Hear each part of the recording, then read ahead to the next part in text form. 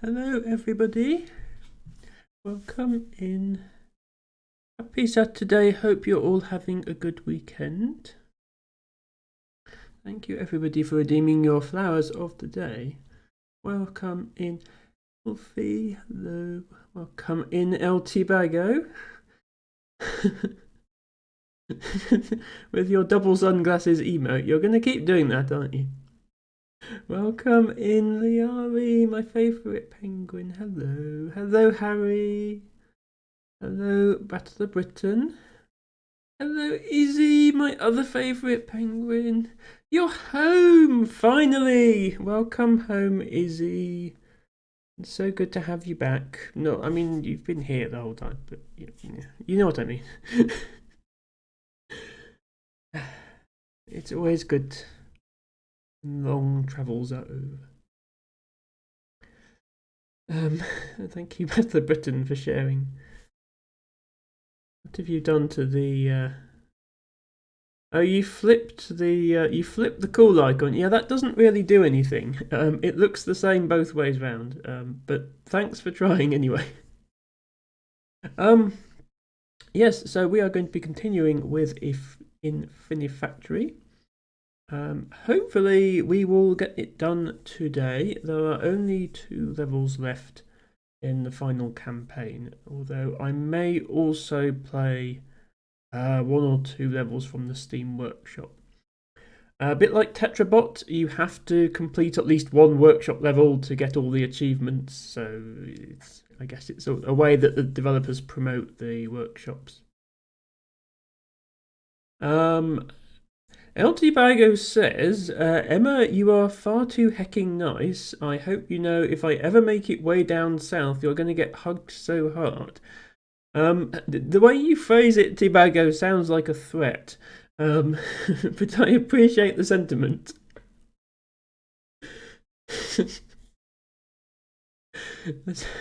Should I be worried about potential southward migration of LT Bago?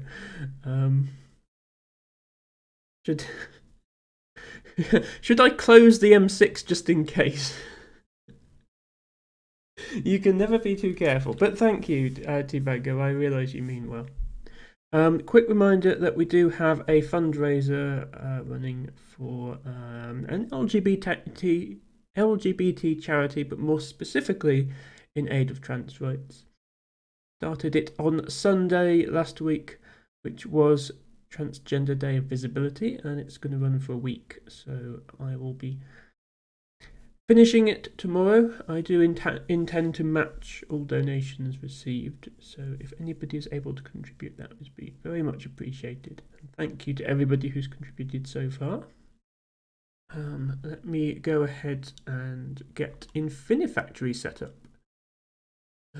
Right, we need a game. We need sound. There's some sound. And we probably also need that. There we go. So we just have Space Buoy and Resistance Shuttles to complete. I had a feeling that would show up. Elfie55_ just redeemed show outfit for 300 points. Wait. Okay, I am waiting. I would show my outfit, but Elfie asked me to wait.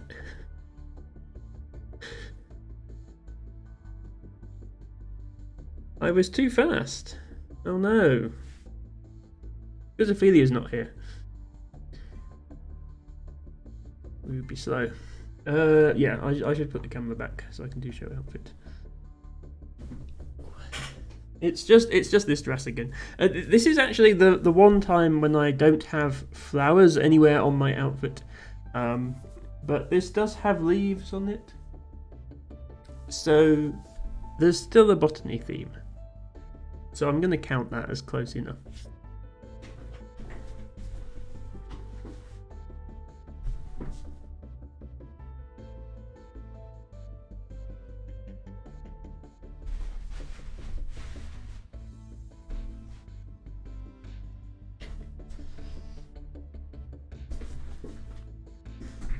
And I have this belt, which is nice. And I have my chair, which gets stuck on the carpet. Oh. You like that belt, Alfie? I'm glad to hear that. Maybe I'll see if I can get some more belts similar to that one. Because I feel like I'm running out of things to show my viewers when they redeem show outfit. I haven't quite fully sorted out my mic yet from the other day when I had a Zoom call with my therapist, and Zoom just decided, I'm going to change all your mic settings because I know what's best for you. I think it's slightly louder than it used to be, which, I mean, people can just turn the stream down, but I've got the game music set at the right level, which implies that now the game music's going to be too quiet. Streaming is hard. Just let me know if you can't hear things, or things are too loud, or whatever.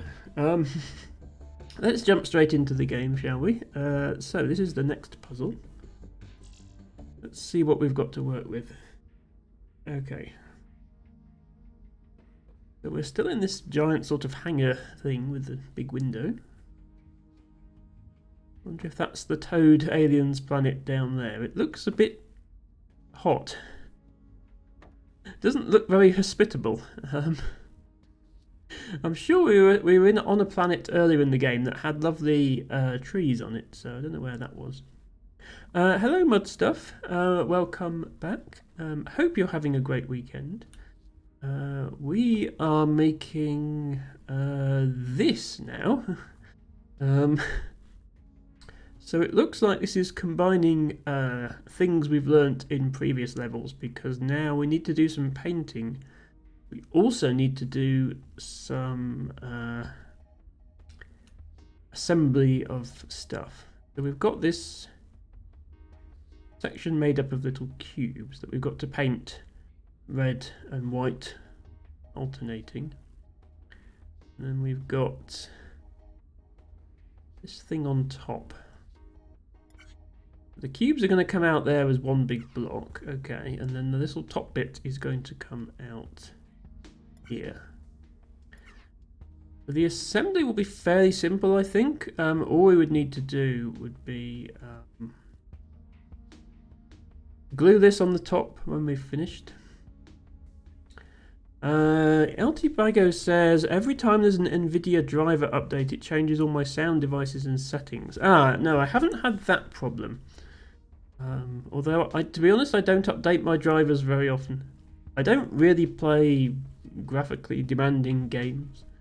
The few 3D games I even play are mostly several years old, like this one. Having said that, I probably should update them again at some point. So we're going to want to start here, I think, by cutting this into that shape.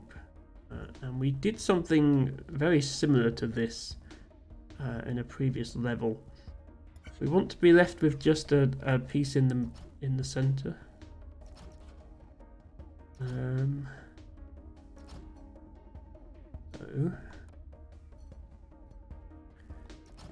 We would want to cut off the side pieces like this. And then we would want to rotate this and then do the same thing again to leave us with correct shape.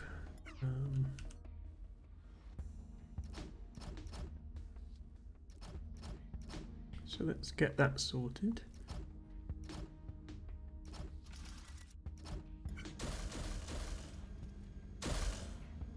Yeah, there we go. Then we want to stick this on. I'm wondering if we want to stick this on at the start or the end. Probably easier to stick it on at the end. Worry about all this painting first. So let's just send this over over to here and then worry about it later. Actually, does it matter which way it's facing, or is this symmetrical? I think it's symmetrical. Okay, good. Hello Matcha Catcher, welcome in. Hope you're having a great weekend. We are back on Infinifactory. This is the second to last level in the game. So based on the difficulty curve of the previous campaigns, it's either going to be much harder than expected or much easier than expected. Matcha Catcher asks, where's the chat? That is a good point. Where is the chat?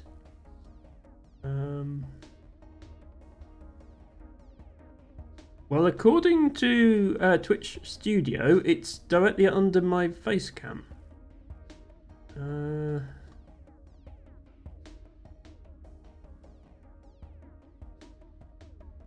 So I am a little confused as to why there's no chat.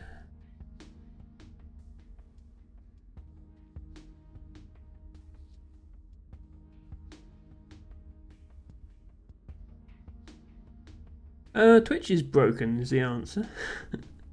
As I say, streaming is hard.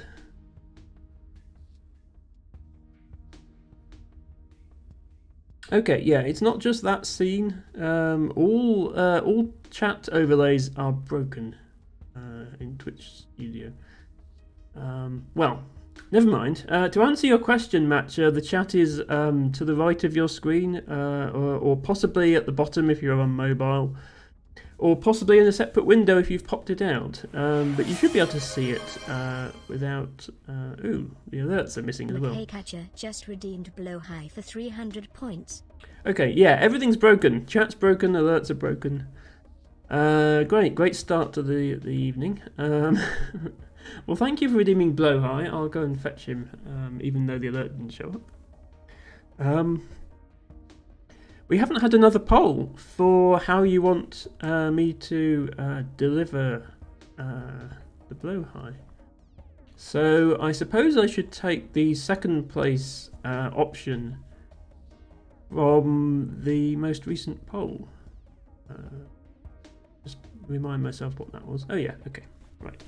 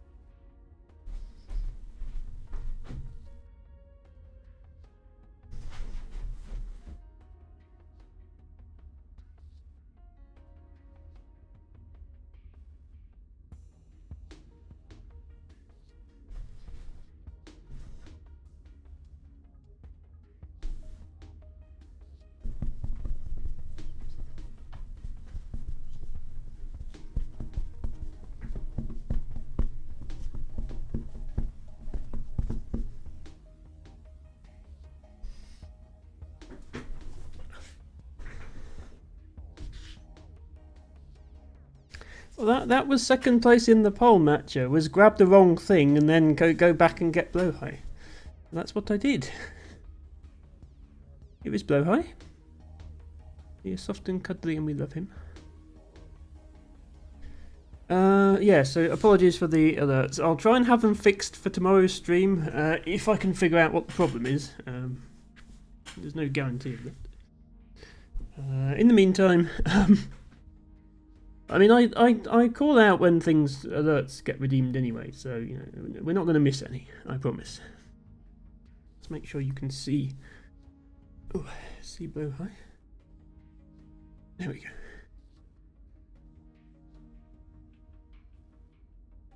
Right, where were we? Yes, okay. We were deciding that this thing is in fact symmetrical. So it doesn't matter which way round we have it. So this is fine. We'll just have it there. The next problem is trying to decipher this message from Matja. We have Rick Astley followed by questioning Gertrude, followed by Blowhigh, followed by celebrating Gertrude. I didn't bring Rick Astley into the room by mistake, Matcha. I don't actually have a Rick Astley to share with you. Otherwise I would, believe me. Right, is this the right height or is this... No, that's too high. You don't have a mirror emote. True. I just grabbed the first thing I could find in my room.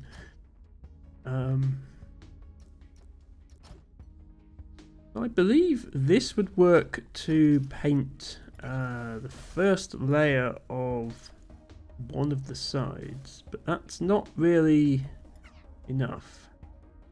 We need to do both layers. So we need some sort of lifting device here.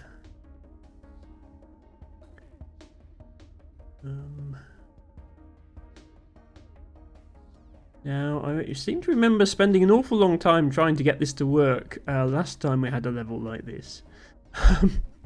But I'll see what I can come up with. The basic pattern is going to be either a conveyor or a lifter, and then slide it in and out with a pusher.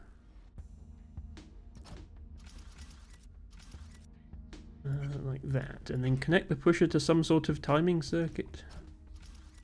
I wonder if we can just push it in and out repeatedly.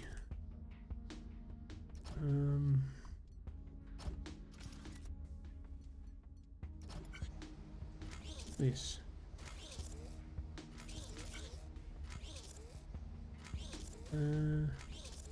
No, that's not going to work because it's 3 blocks wide, so the whole thing is going to be under the pusher if we have them that way round. I need to have the pusher on the outside, conveyor on the inside. So that will go up and then down. Oh, okay. Need to get the timing right.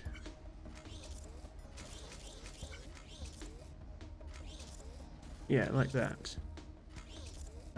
Except it didn't paint it.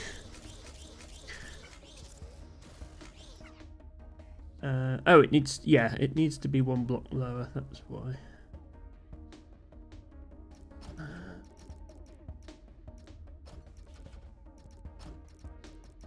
You'd think by now I would have some idea of how this game works, but clearly not. This needs to be down here.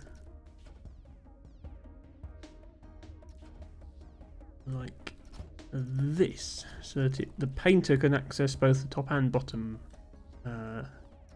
layer of the product that we are making.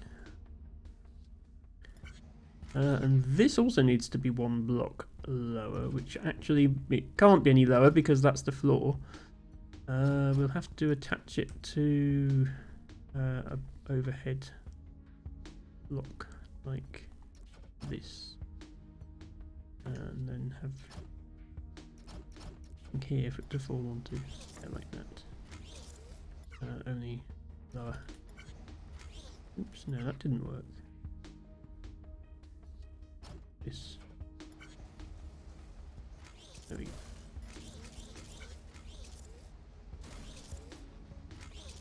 Okay, well, we've painted 4 of the 6 blocks. Maybe that's progress. I guess 4 ticks is too slow. This needs to be 2 ticks, actually. It needs to be like this. So we're constantly pushing this in and out.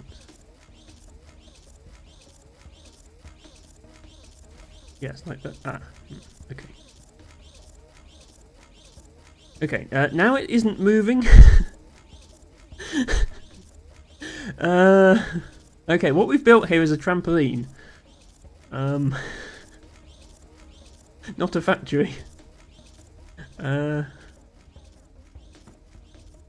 Yes, well this is fun. Let's just bounce up and down all day. Okay, 2 ticks doesn't work either then. Maybe I can have a conveyor belt above it? happens if I have an upside down conveyor here? Do that. Does this help? Oh, no, because it never gets there, does it? It needs to be... yeah.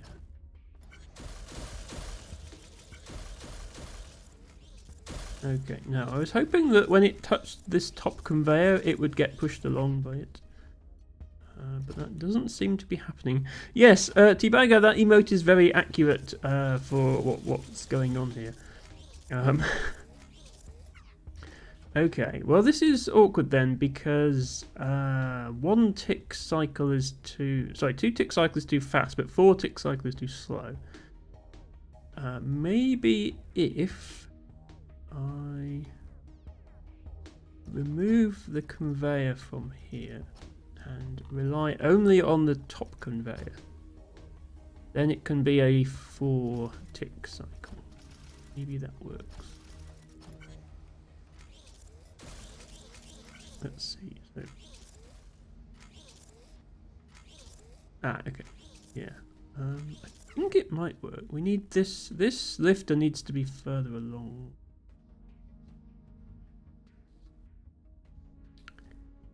I actually need 2 of them. We need them to be here, which is annoying because this game is weird because if say you put a block here, this block will never move because it's considered to be stuck to this painter. But if you put a block above the painter, it can fall past the painter. So whether blocks stick to each other is entirely dependent on where they're placed when the game when the simulation starts, not on anything else. And I think we actually need 2 lifters, 1 each side of this painter.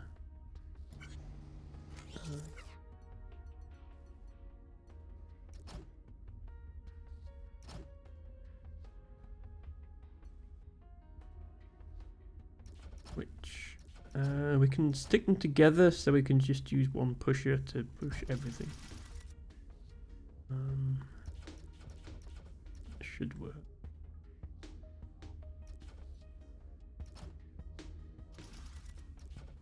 Then this. I'm just going to stick this to the roof because it's easier.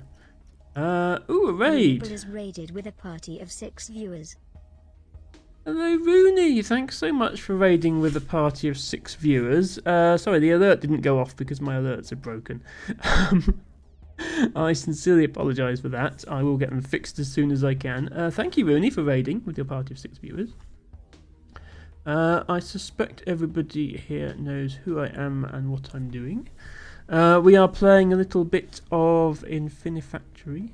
We're on the last 2 puzzles of the campaign. This is the second to last puzzle. So it's probably going to be difficult, and I have allowed the entire stream to do just these 2 puzzles. However, if we do manage to finish it today, there is an achievement for completing a Steam Workshop puzzle, so we can go and fetch one of those and have a look at it. We have more time. Welcome in, Harry, although I think you were already here. Hello, Otto, my favourite potato. Hello, Kurjo. Hello, Rooney, and hello, Ophelia. Thank you so much, all of you, for joining us. Ophelia didn't get a flower. Well, that's no good. The bot was definitely here earlier because it gave other people flowers. Don't know what it's got against Ophelia. Let me see if I can rectify this situation. Ophelia 6277. There we go. You have a sorrel, Ophelia. The bot does like you. The bot does like you, Ophelia, I promise. Definitely does. Thank you, best Emma. Rooney! Thank you so much for retrieving Lady's Bed Straw as your first flower. Starting off your own wildflower collection. Thank you, Otto. Redeeming the marsh thistle as your flower. Obviously, my channel has a very strong botany theme to it. So I do enjoy it when people retrieve their flowers.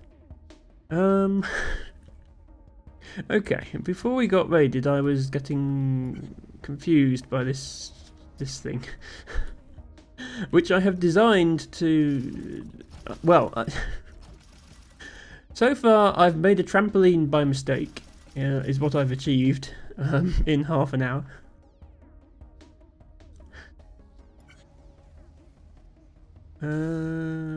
This is not even doing anything now. The block is pressing the button. And this is not moving. Oh, because this. It's not an Emma stream without the random circling block. Well, it's not Infinifactory without the random circling block, certainly. I haven't found a better way to do timing in this game. They give you this counter block, but it just doesn't.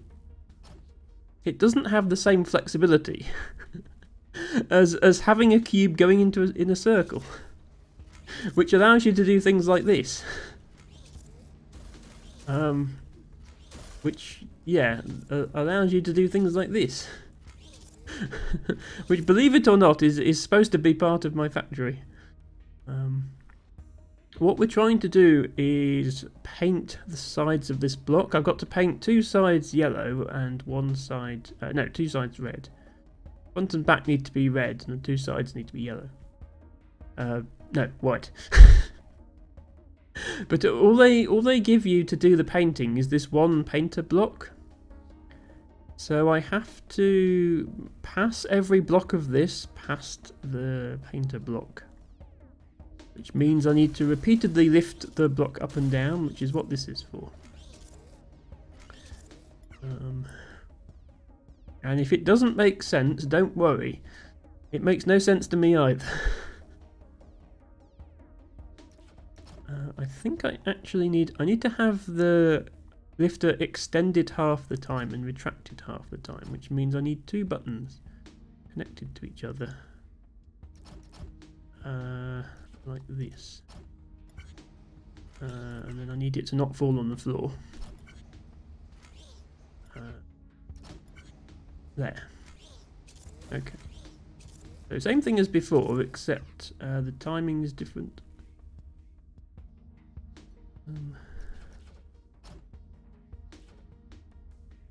Rooney says, as long as it works, who needs sense? Well, if it made sense, maybe it wouldn't take the entire stream for me to come up with a solution. Okay, that is now doing what I want it to do.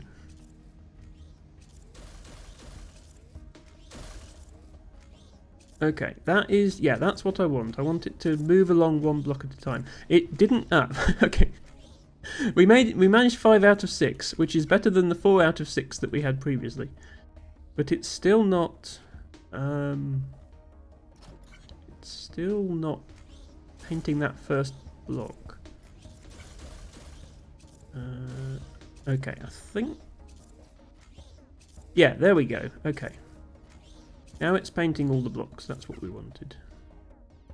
Once it gets here, we can pick it up on a conveyor and pick it off somewhere else.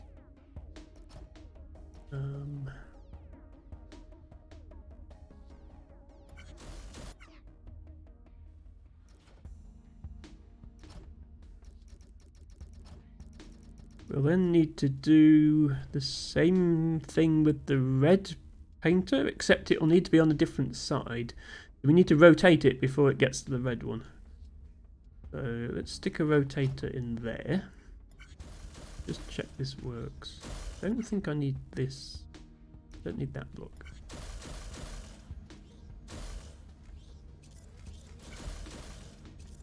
Okay, that, and then that, and then that, and then that, and that. Yeah, okay, so it goes along a little bit at a time, and then, okay. That did not rotate correctly. Rotation needs to be in the middle of the block.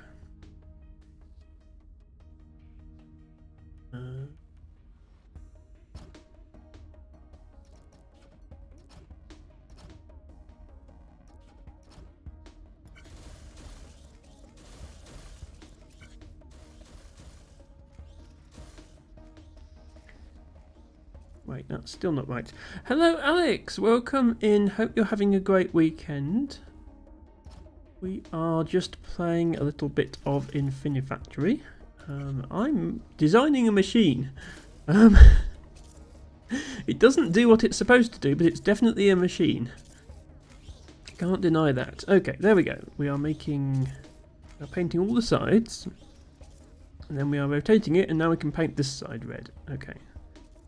We need another machine like this so that we can paint the whole side red instead of only half of it.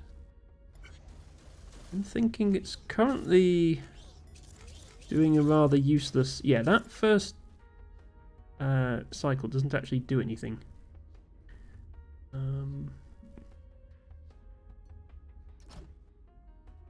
Can we do something like this? No, we can't. What happens if we only have the one lifter? Oh, then then it doesn't lift it till there. Okay, so we do need both lifters. I think we just have to deal with the machine being a bit inefficient. Because it lifts it there when it doesn't need to.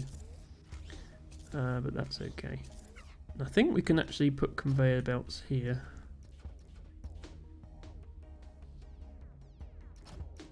We don't need to wait for it to finish. There we go. Okay. Hello, Pomegranates. Welcome in. Hope you're all doing well. So nice to see so many of you here this evening. A lot of Ophelia's friends are here as well. Alex says, hope all you are having a good day / evening. My day was pretty terrible because I had to work. And it's a Saturday, and I shouldn't have to work Saturdays. I work Mondays to Fridays, which is quite enough days in the week to be working, in my opinion. Especially when I'm not getting paid for the extra days. So I'm glad that's over, and hopefully I don't have to do any more weekend working for a while now. I think we literally just build this machine again, but over here. Pomegranate says, I also had to work today when I didn't have to. Signed up for overtime like a silly sausage. Oh, well, I'm sorry to hear. I'm sorry to hear that you're a silly sausage, I guess. No, I'm sorry to hear you had to work. Although at least you are getting overtime. That is a silver lining of the situation, I guess. Hope it wasn't too bad.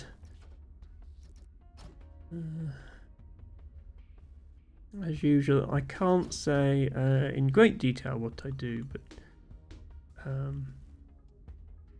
I'm responsible for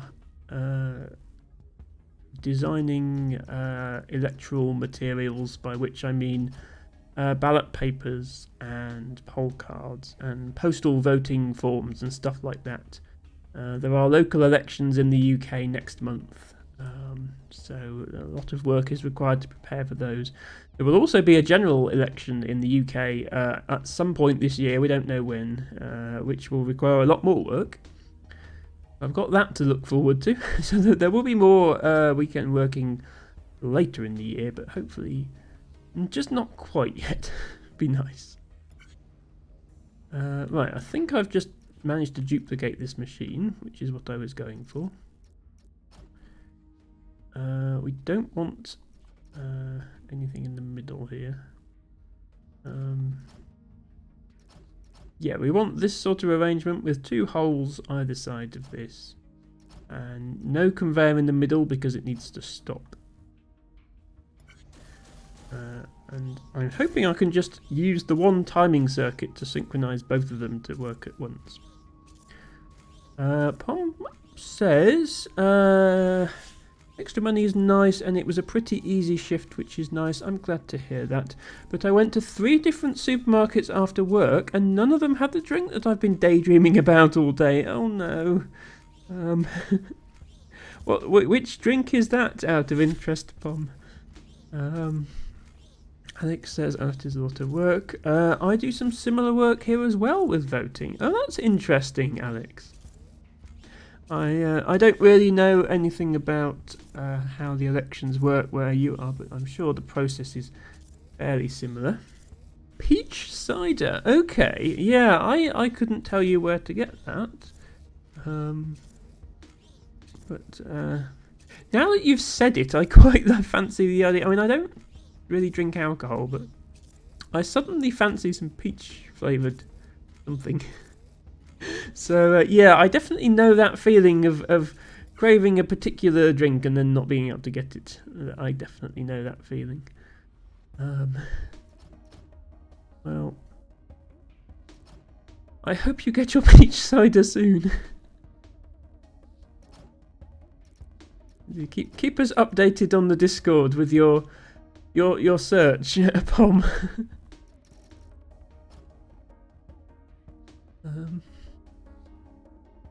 Neither do I. I don't drink often, but this cider is so nice. I love peach things. I quite like the taste of peach, to be honest. You're right. I agree with you on that. Yeah, best of luck finding some. Okay, have we managed to paint this side red? Yes, okay. Well, we're halfway there because we've painted this side white and we've painted this side red. But the other two sides are still unpainted. And my first thought was, well, why don't we just put it back through the machine again? Why don't we send it all the way back here? The problem with that is the next one is already going to be going through the machine. So I'm not necessarily sure how that will work.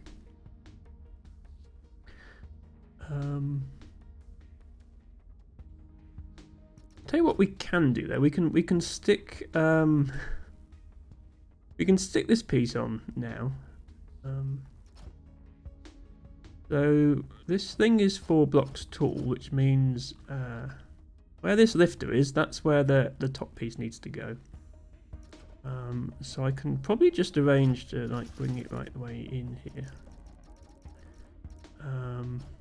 Yeah, let's bring it one block higher and then drop it down, because we will need some welders to actually attach it. And put those there, and we can attach those over here. I guess this machine has a lot of bits attached to funny places.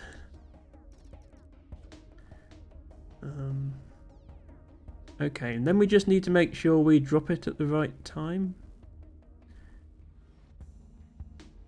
So if we have a pusher here that blocks it from dropping down here until the top of this thing comes along, hits this button, and then that will move the pusher out of the way and drop one down. Because this is going to get here first, because my machine is a bit slow, because it's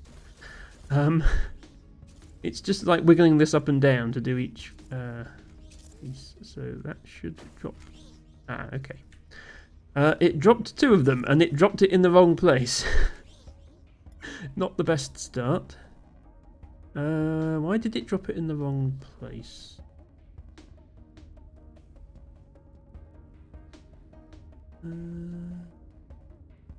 Oh, does this need to be... needs to be earlier, doesn't it? Be here. Okay.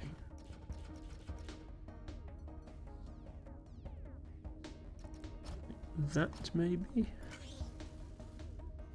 See how that goes.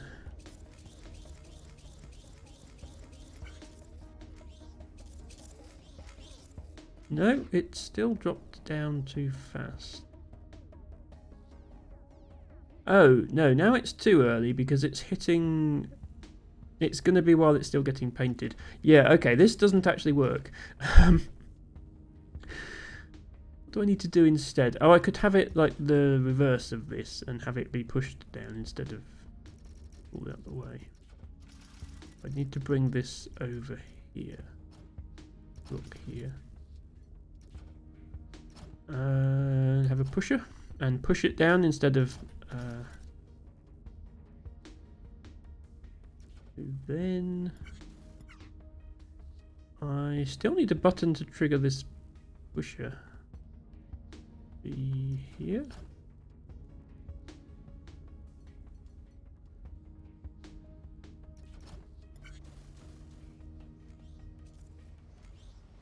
Okay, let's see how that goes. So yeah, this is going to wait here. Oh, yeah, but the second one gets here before we've finished making the first one. We need to put a blockage here to stop this running off the end. So the other one will just wait here.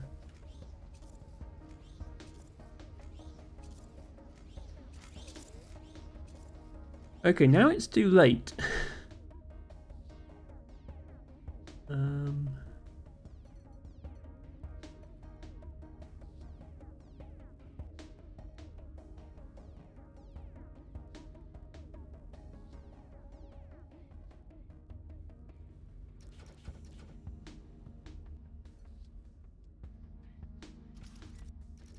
Don't worry, we'll get there eventually, I promise.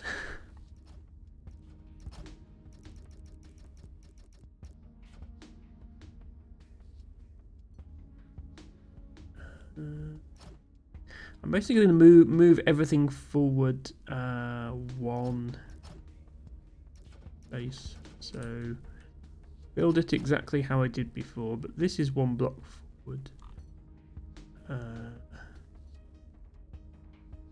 And then the button is now there instead.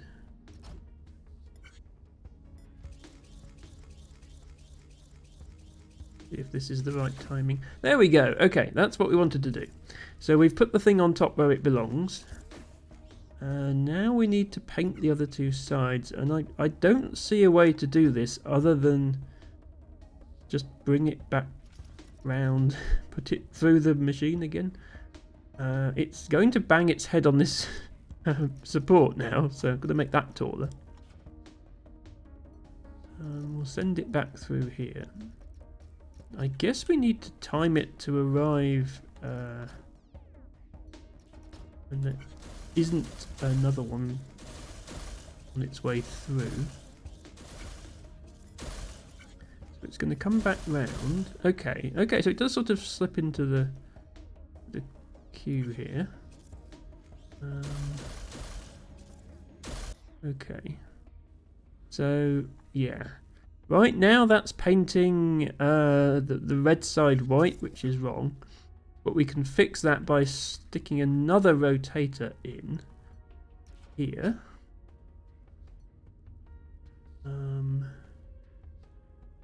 Once again, we need to rotate the center instead. I'm going to move this over just... I can foresee trying to rotate two of them at once next to each other and having them crash into each other, which would be a problem. So let's move this over so that doesn't happen.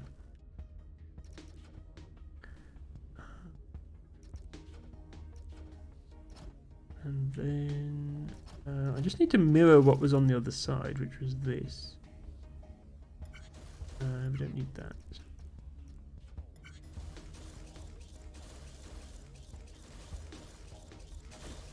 It should come back. Oh, no, that's not right. It should come back round. And it should get another rotation when it does. That's the wrong direction of rotator. How did I manage that? That way.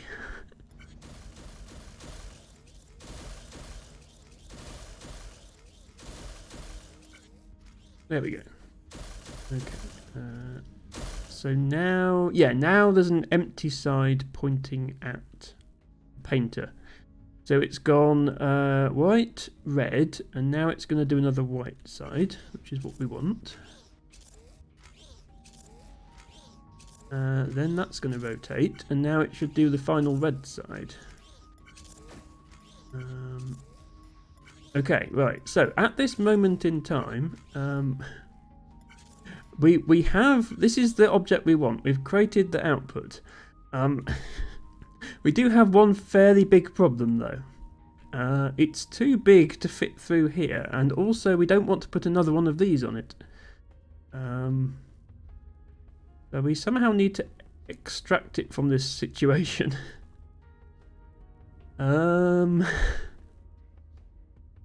Okay, how do we want to do that?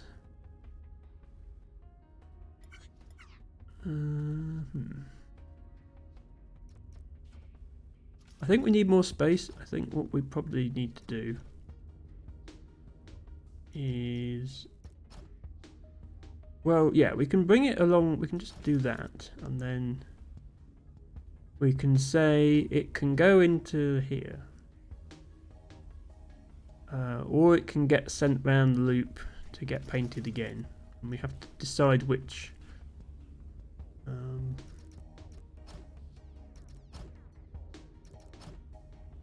Do that. I'm just going to move this whole thing back a few blocks.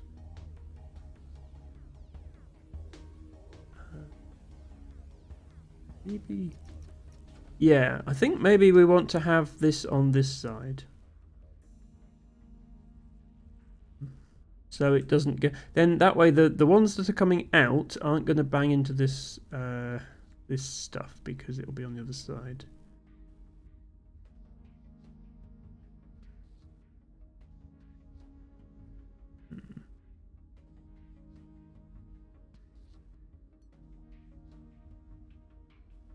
There.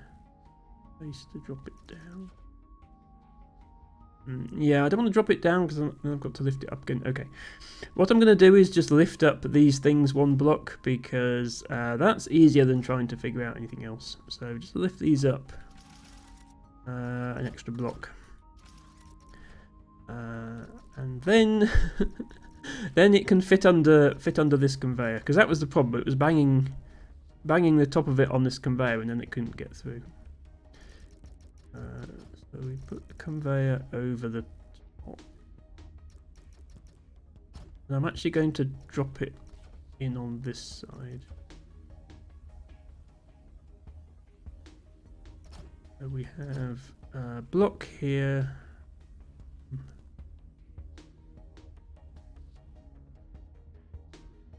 Oh, now that the conveyor's gone up one level, the block needs to come down. No, actually we can push it from here, that's fine. Pusher here.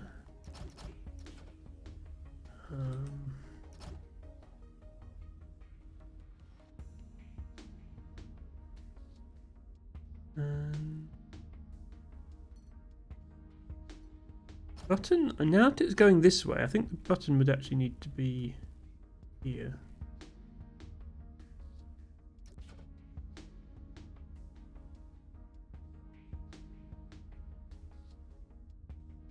Oh, hang on. This is not lined up with where the center is going to be.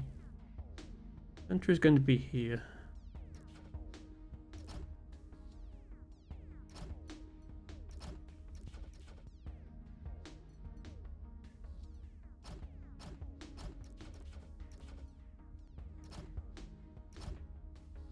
Okay.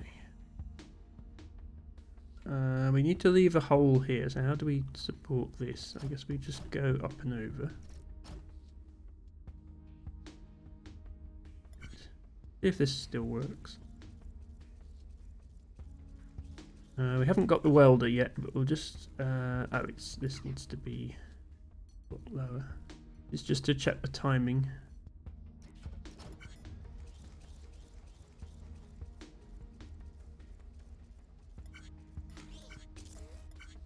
Yeah, that's one block too late.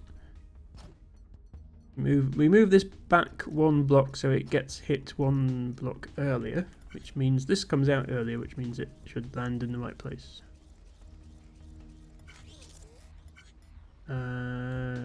No, it's still late. Okay, we move this back here then.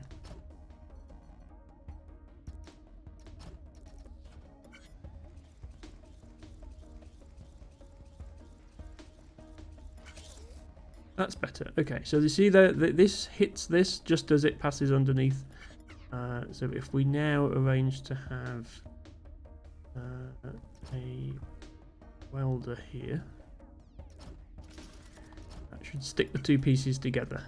And all of this should be high enough now that the finished product can fit underneath it and doesn't get stuck. Yeah, there we go. Rotation still works. Okay. So what we need to do now is when this comes back round to be painted for the second time, we'll be able to tell that it's gone round twice because it's got the top piece on, which these other ones, well, this one has. This one has only been round once because it hasn't got the top piece on. So we can detect the top piece and do something different. Oh, I forgot to remove this.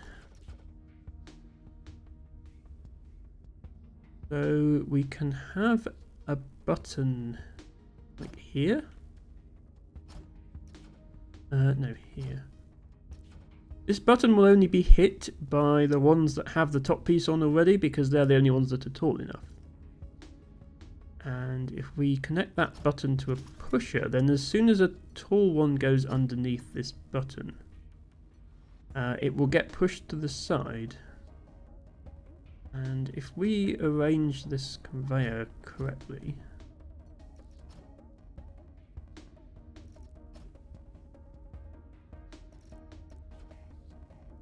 i.e. by having it there, not falling on the floor, we should be able to arrange for when it gets pushed out, it comes this way and then goes into here. It's one level too high as well. This needs to come down like that. Let's put it down here.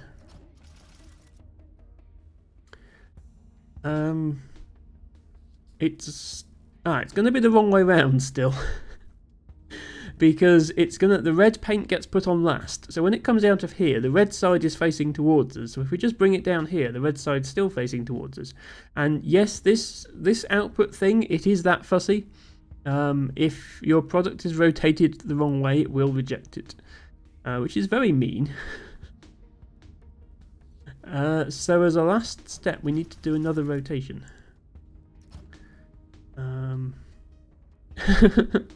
Factories turn on, Teabago Brain turn off. Yeah, to be honest, I don't really expect any of my viewers to understand this game, although you are all more than welcome to suggest things if you want.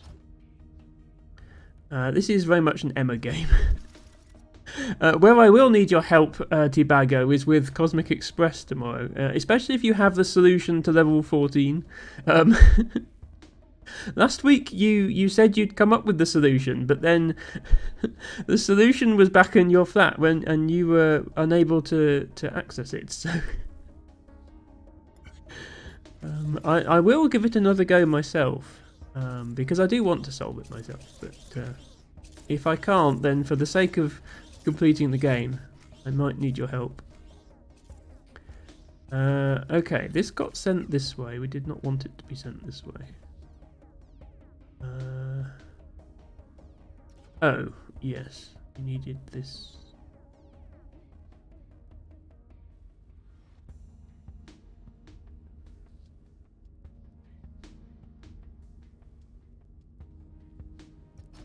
Yeah.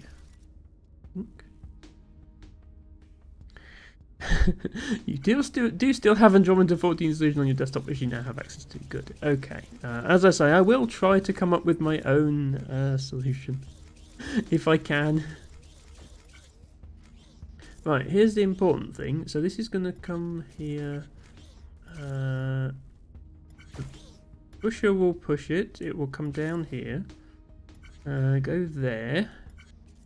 Get rotated. And product error.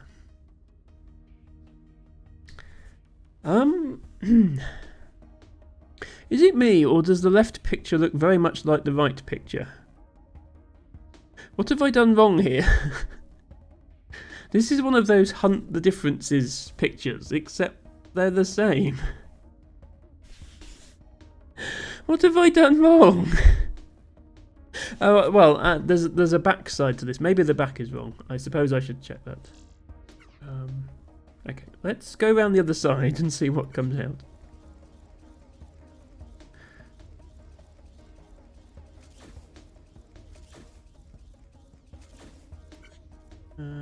Where's the first?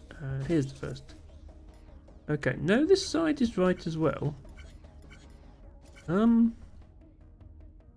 Oh, wait.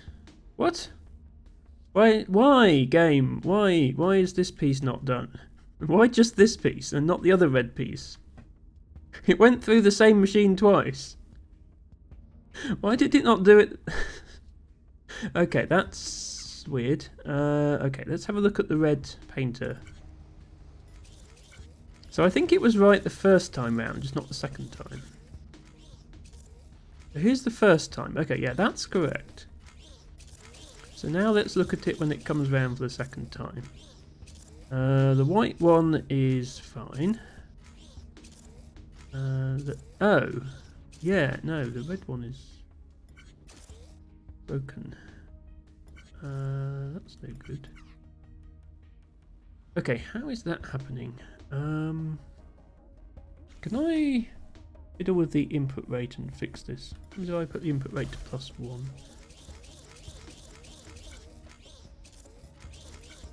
Oh, wait, now now this one is wrong, look, because it's missing a piece. Okay, no, so that doesn't work. What about -1?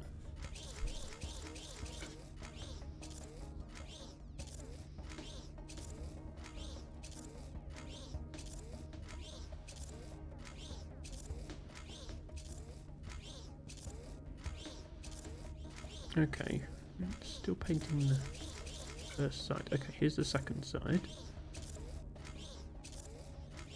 Working.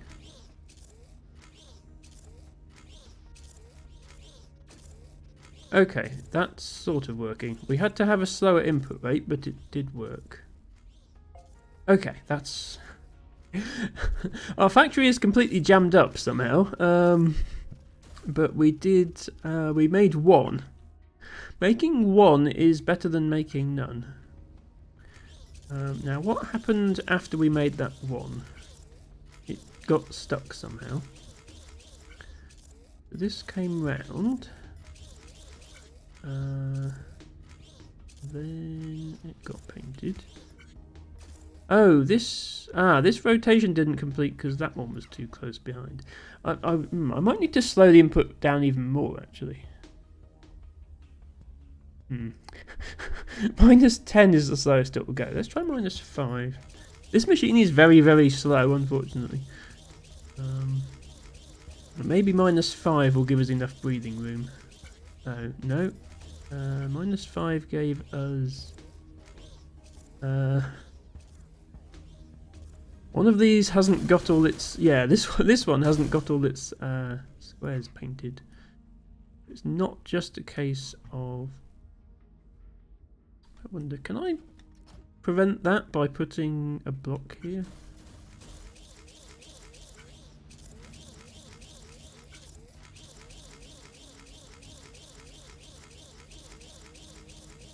Okay, might just be a case of putting a block here. Okay, yeah, now that one's wrong, but I think if I put a block here instead of a conveyor, then the same thing will happen with the red one. Let's see.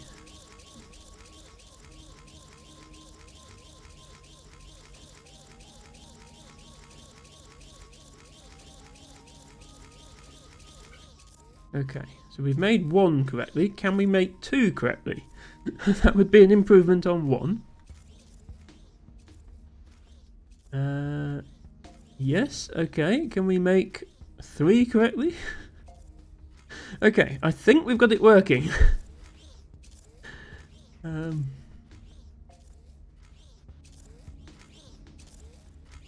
Yeah, Yeah, having a block here instead of a conveyor forces it to stop when it gets to that first lifter.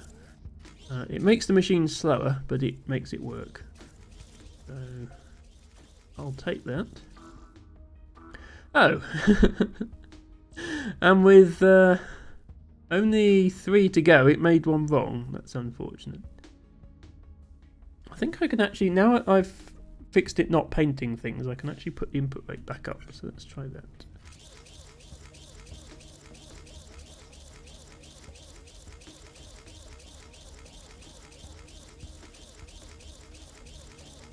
Oh, no I can't, because...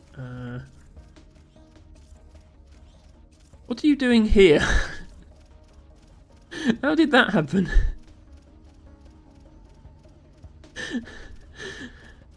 That's no good at all. I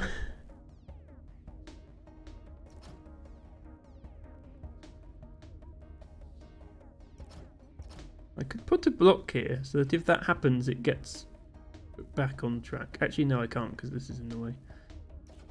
Yeah, well yeah, T-Bagger, that's kind of what's happening. Let's try -3. There's a compromise between -1 and -5. So it's slow but not as slow.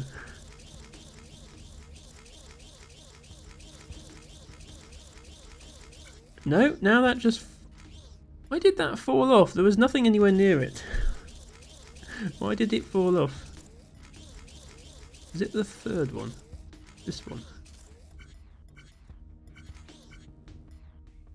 Why did... What?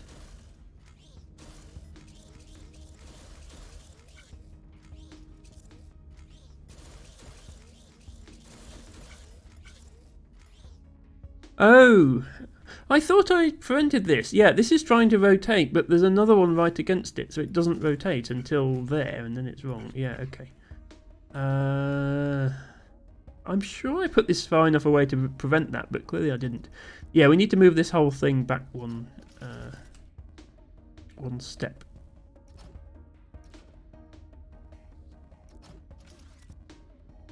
So that there's space between the two when they... if they're both rotating at the same time, there needs to be a gap between them.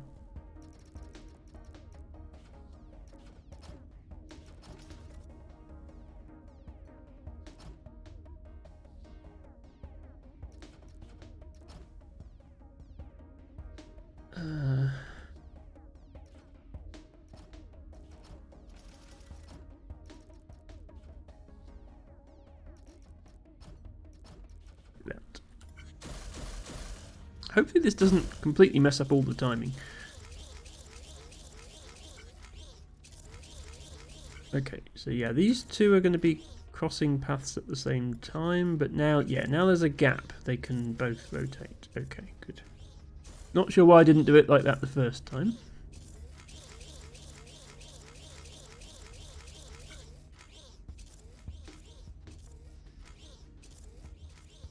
Okay. Right. I'm such an idiot. I just moved all of this over and I didn't move this over, so they're not getting their tops on now. This all has to move as well, of course.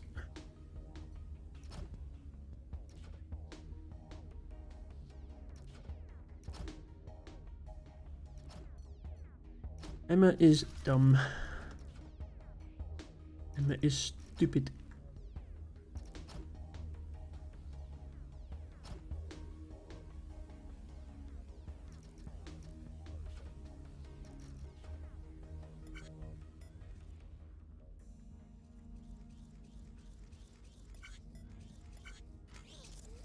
Okay, good. Putting the tops on. Yeah, because this detects whether the top has been added in order to output it, if we don't put the tops on, they'll just continue going round and round in circles forever, which is not what we want. Okay, here's the first one.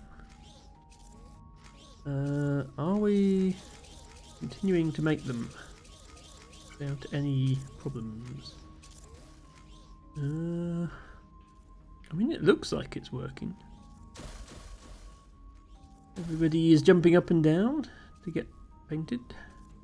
Hello, Ren! Welcome in. Hope you're having a good weekend. Thank you for redeeming your flower of the day. We are hopefully just about to complete the penultimate level of Infinifactory. Only took me an hour. Yeah, we need 3 more of these. This was a complicated level. Painting objects on multiple sides, which required sending them through here and then rotating them and sending them back through the same machine for a second time, detecting whether they'd been through the machine twice, and then outputting them. Looks like I did pretty average there. My face cam always blocks the score, doesn't it? If I'm, yeah, let's go over here, and I'm not blocking the actual number, just in case anyone's interested. By the way, I believe this does let you compare with your Steam friends. So this here, where it's got my scores. If I had any friends who played this game, I believe their scores would show up under here. But yeah, it's a fairly obscure and fairly old game. So these people who got it faster here, I think just didn't have to turn down their input rate in order to get it to work. And somebody has come up with a much simpler design as well. But never mind that. I'll take the win on this one. I do wonder if, after I fiddled with it, whether it can go back to 0 input rate. I'm not going to try and have a fast input rate, just whether 0 works now. I think this is actually the first level where I had to have a negative input rate in order to get it to work. So let's just try it with 0. It does not work with 0. Answers that question. Yes, it's somehow it's painted opposite sides red and white. And painted that, yeah, it's completely messed up the painting. Okay, let's not do that then. Fair enough. We'll move on. Yeah, apologies, my alerts are broken right now. I will try to get them fixed for next stream. Just redeemed drink water for 100 points. Thank you for redeeming drink water for 100 points.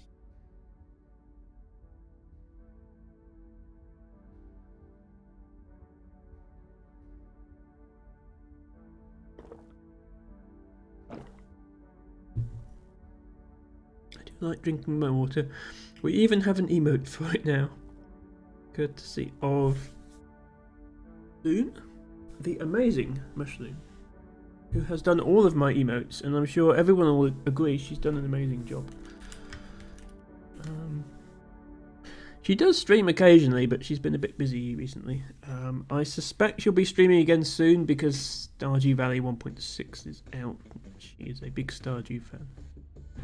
But if you're ever looking to commission some emotes, can recommend. Okay, last level in the game. Resistance shuttles. Suspect also one of the more complicated. Wow, yes, okay. We have to build this. This is 6 by 5 by 4. So yeah, this is the biggest thing we've had to build all game. We have the same area to work with as we had before. There's all these like extra areas, like you can come up here into this lift shaft and onto these shelves and everything. So we might actually have to use this area for something now. So what are we getting as our ingredients? We're getting 2 by 3 by 3 block of these, which okay, that's the engine. So that is 2 by 3 by 3. Yeah, so we're getting that as a full block. These we're getting as individual things. Okay.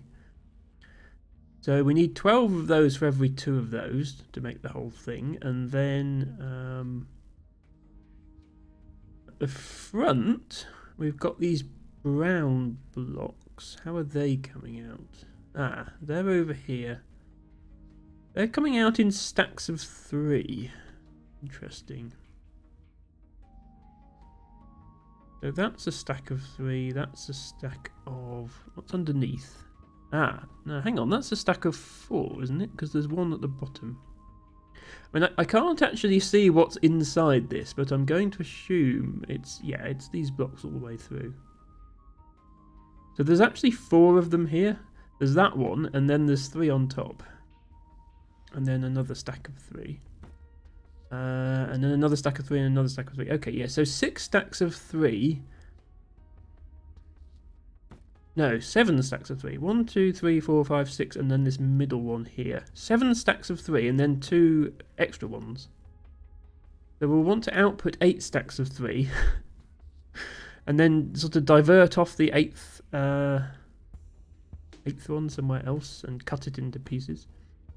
And then one of these black things at the front, that just gets output separately. And 2 of these, they look like headlights, I guess. 2 of those, which are these things here. Okay. So I think we want to do this in 2 parts. I think we want to build the engines, these back pieces, by sticking these onto these. Then we want to build this front, and then we want to just weld the 2 together along this line in the middle. Seems like the easiest way to do it. Tibago says, well, those pills killed my insomnia dead last night. If anything, they worked a bit too well. 9 hours sleep after stream and a 3-hour nap today. Well, I'm glad to hear you got some sleep, Tibago. It might also just be the relief of sort of settling back into your own home and not temporary accommodation. But I'm very glad to hear that you slept. You slept well. Good sleep is very, very important for good health and should not be underestimated as. Okay. So these are actually all coming out the wrong way round, aren't they? Yeah, these need to be pointing. These need to be rotated 90 degrees. These need to be rotated 180 degrees. They're facing completely the wrong way at the moment.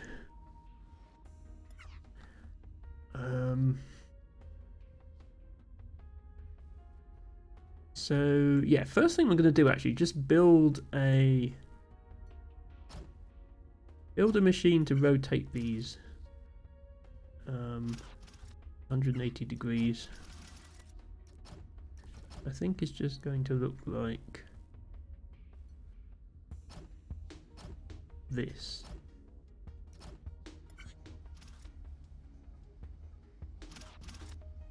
Yeah, so then they come out here. Now they're the right way around. These need to be rotated.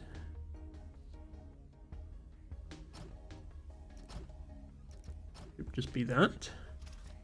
Okay. Is the front and back of this the same? I think it is, yeah. Okay, I don't need to worry about which way round I rotate. So now all the parts are the right way round, which is progress.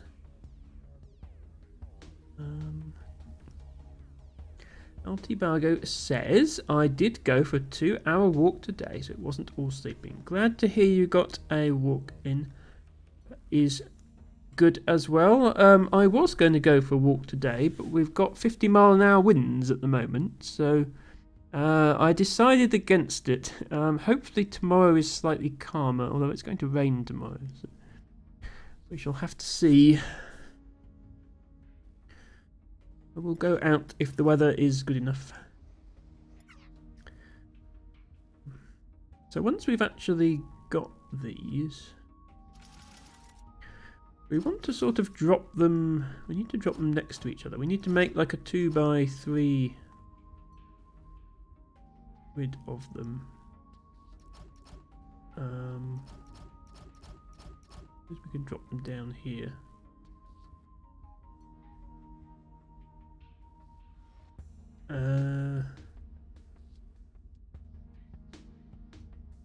And then have one of these drop in as well, and then weld the two together.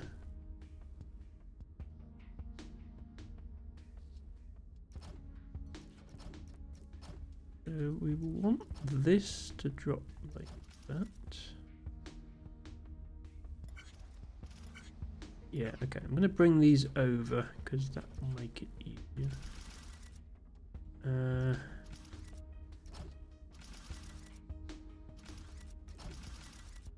Come this way, please.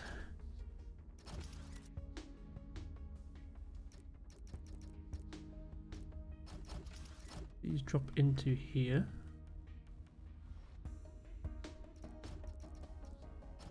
And we can do the assembly here and take advantage of this height difference to drop things down. Yeah, it's actually still really windy at the moment. I don't think you can hear it on the stream because my house is relatively well insulated, but the roof is rattling a bit.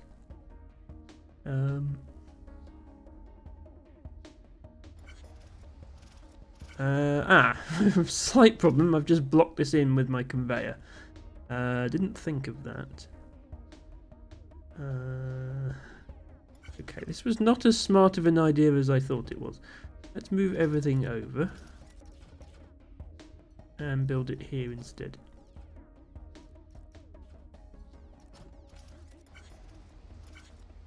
So that's going to drop down, and then these are going to come in as well. Can't really see back here, but this is the shape we want. And both sides of it are exposed in order for us to weld everything together, which is good. So if we do this and this, that should be sufficient to attach all 6 of these nozzles, I guess, to the back of it. This is going to be the most welders I've had to use.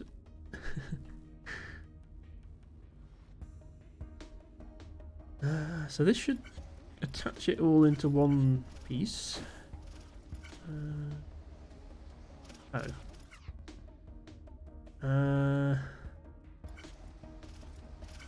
Yeah, there is a problem with this, which is, yeah, those drop in and then they stick to the first. Yeah, okay. So we actually want to drop the nozzles in first and then this. I think we need a delay then. We can put a delay here.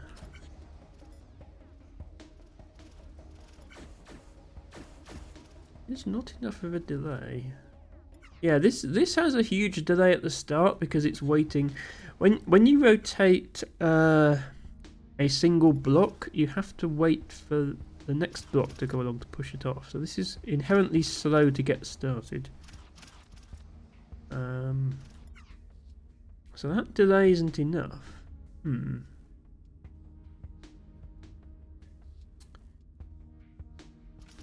If I move this back over here, I can have a longer delay. That might be the answer. I'm going to build this same thing, but over here.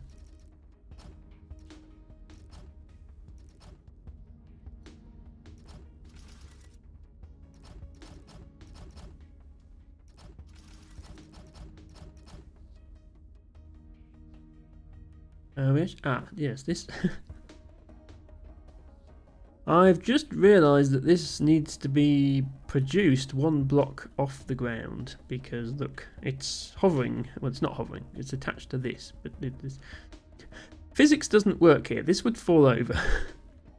The point is, we don't want to produce it at ground level. We want to produce it one block higher than that. So I'm actually going to raise these platforms up one block. T-Bago says, I wonder if we should have an Emma says O counter. Well, sometimes I say things other than O. Like whoops, or oh no, or that didn't work, or what the hell am I even doing with my life? If you would like a bot command that counts things, like Ophelia has one to count how many times she doesn't like fields in her Dorf. I can definitely add one. In fact, I think I still have a channel point redeem for add bot command. It's just that because different games have different problems to solve, I never really thought of a single command that would apply to everything. You could have Emma fails to solve the puzzle, but you'd be redeeming that an awful lot. You would be spamming that bot command all day long. Because I always get the puzzle wrong at least 5.5 million times before I get it right.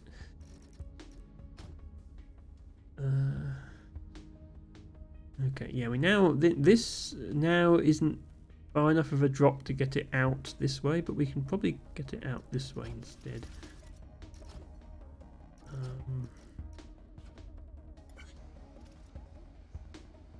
Oh, we still need to do our delay, don't we? Yeah, I was thinking we could do the delay here now.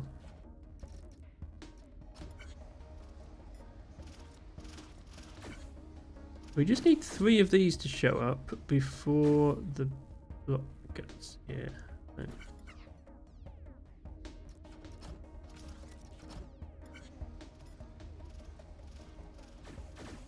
And okay, yeah, now it's delayed too much, so we can add some more conveyors.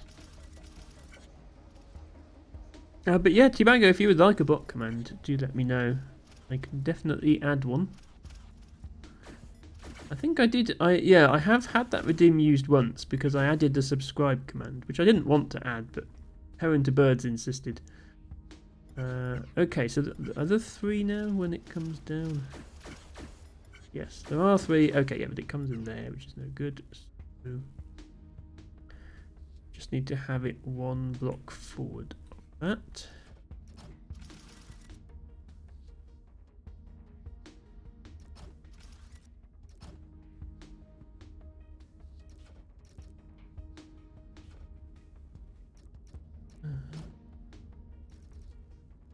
Oops.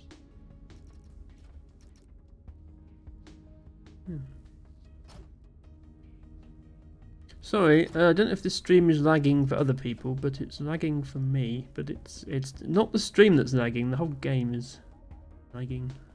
Guess it's struggling to do this final puzzle, I don't know.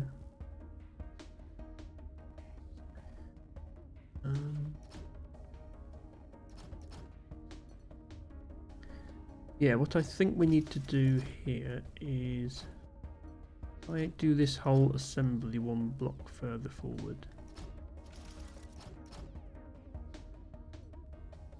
Like that.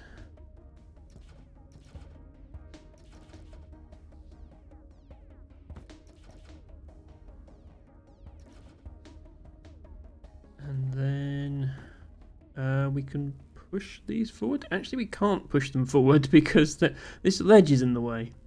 Yeah, we can't push them forward because the pusher would need to be here. That was silly of me. Okay, actually, it needs to go another block forward. Excuse me while I do what I just did again.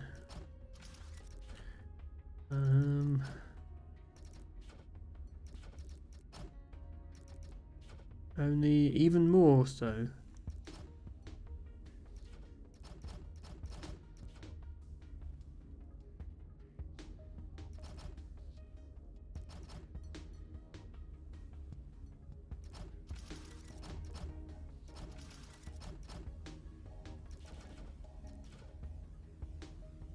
Yeah, no, it's okay except when it randomly the whole game froze for a moment there.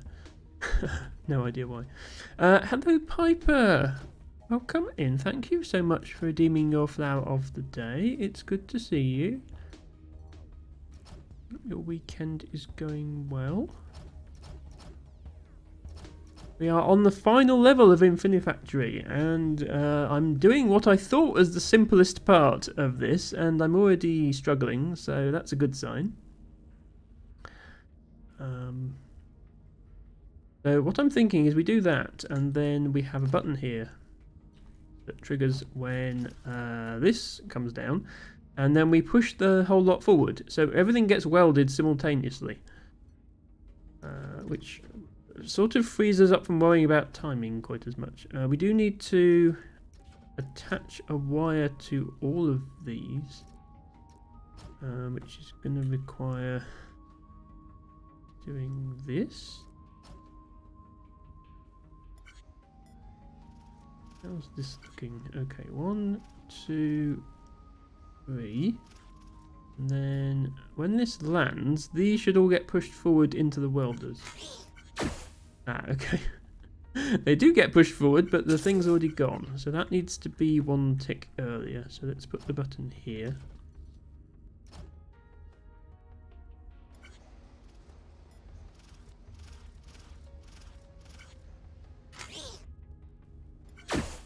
There we go. Okay, we have made the thing.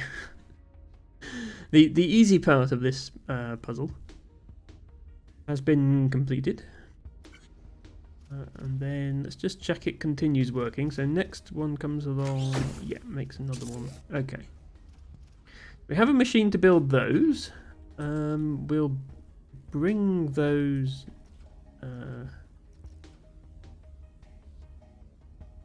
down here. Nope. I need them to not get stuck on this other conveyor. We'll bring them down here to where we assemble them at the end. Now we've got to make the front of it. We've sort of taken half the space of our assembly area, just making that, but we can shuffle this around if we need to. So the front, sort of in 2 layers really. Maybe we'll want to make 1 layer and then the other layer. So I said we needed 7 of these, was it?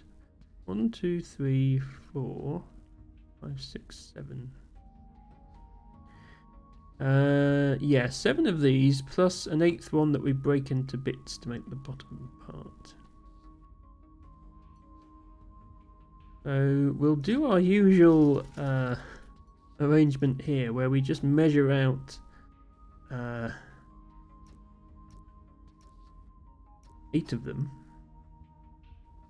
and then once they're all ready we can send them off to do things.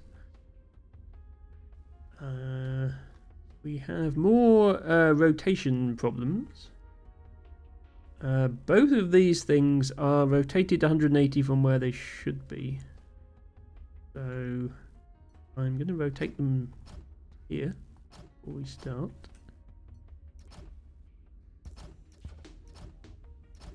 Using this sort of thing.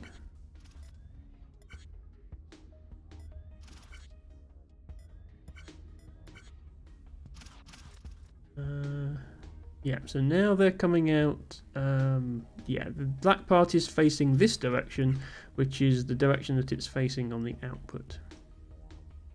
So as long as we assemble everything without rotating it anymore, then it will be right. That's the idea.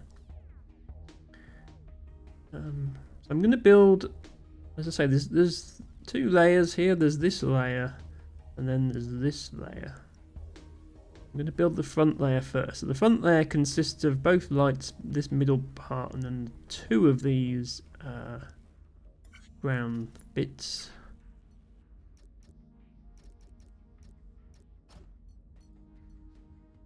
So what we do is we make a thing like this with a button here.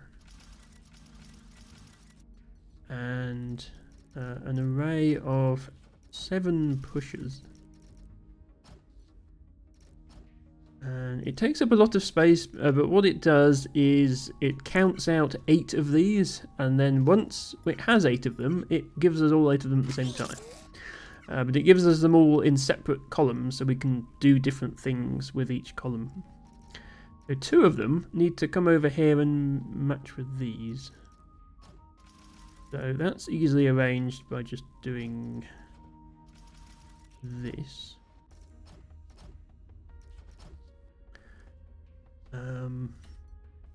Let's build an area where we're going to assemble this front.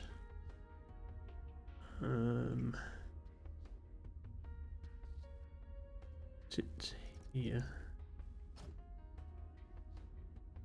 We want the lights to be 1 block higher than everything else. That. And we need 2 lights. So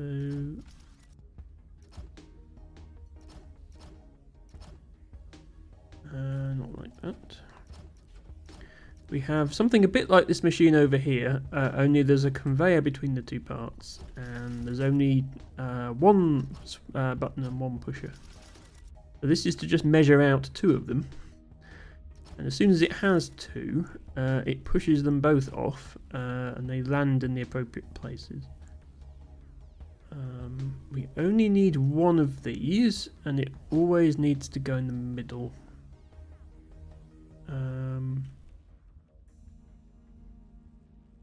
How are we going to get it in the middle?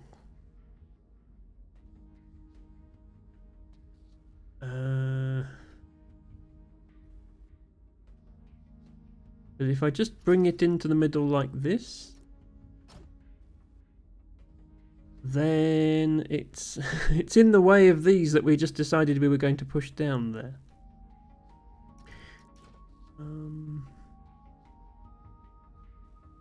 So what else can we do with this?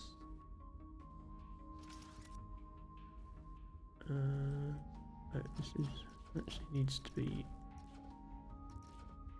here. We could lift this up and drop it down the middle. That would work. It will have a lifter here.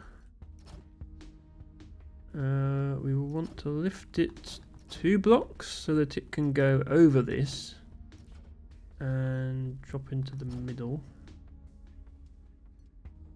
there. And it's 3 blocks tall. So we can have a conveyor here.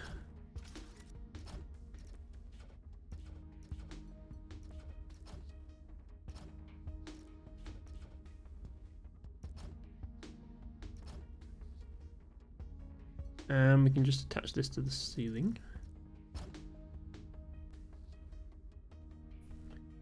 Okay, let's see how this is going. Again, it takes a long time to get started because we're going to wait for things to rotate.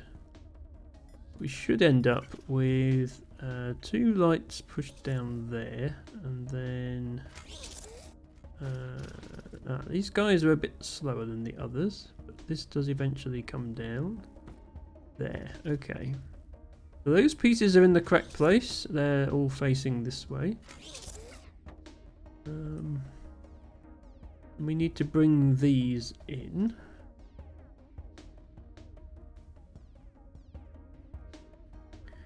I think we now have space to bring these in via the front.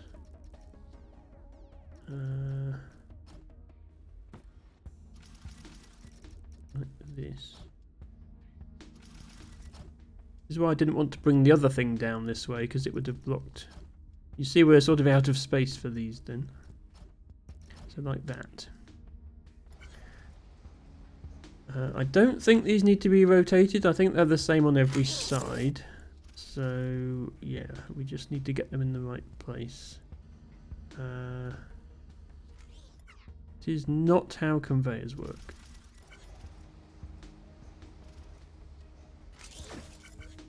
Okay, so they're going to come down here. Ah, no, hang on. They don't fit under this platform.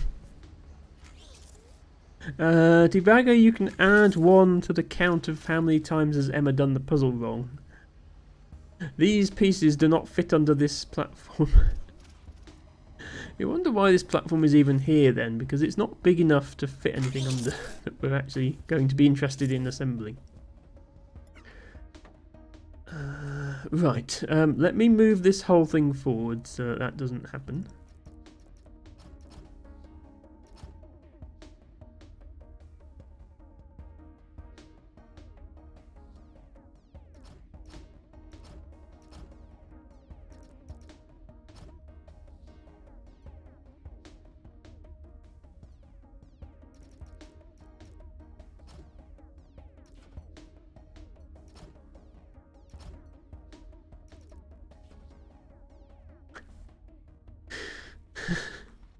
Divago is taking notes.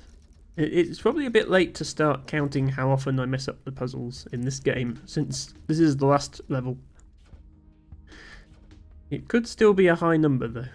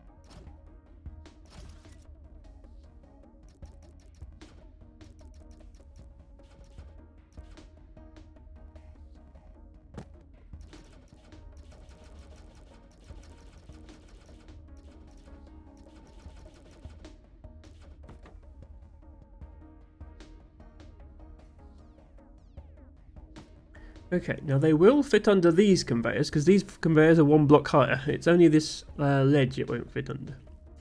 So we can still bring them in this side. I need to bring them in here. Rooney has got to head off. No problem, Rooney. I know it's getting late for you, and you did raid us earlier, so yes. That is completely understood. Thank you once again for the raid. Enjoy the rest of your weekend, and I hope to see you again soon.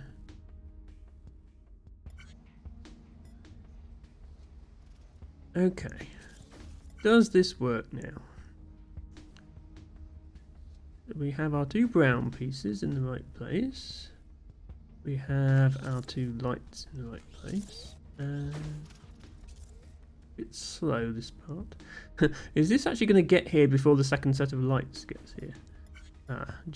Not before that gets there. Okay, that's a slight problem. Let's stick a delay on here. We want everything getting there at about the same time, if possible.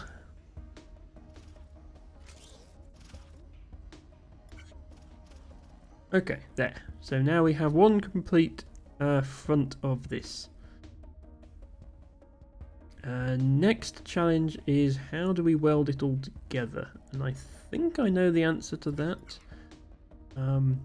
Because we are bringing the 2 plain brown pieces in from the front, we can put welders at the top. Because we're bringing this in from the top, we can put welders at the front. And these welders will connect. They do this funny sort of...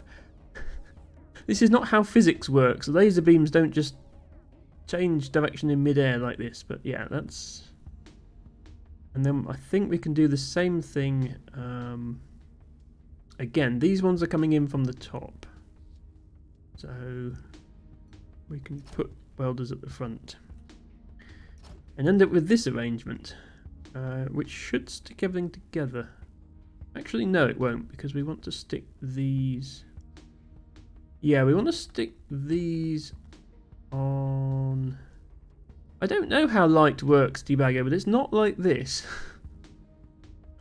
We want to stick these... we actually want to stick these on in this position, not this position. So... We actually, I think, need... Wait, no, it's okay. These don't come in from the front. We can just put the welders here. I think this is what we need.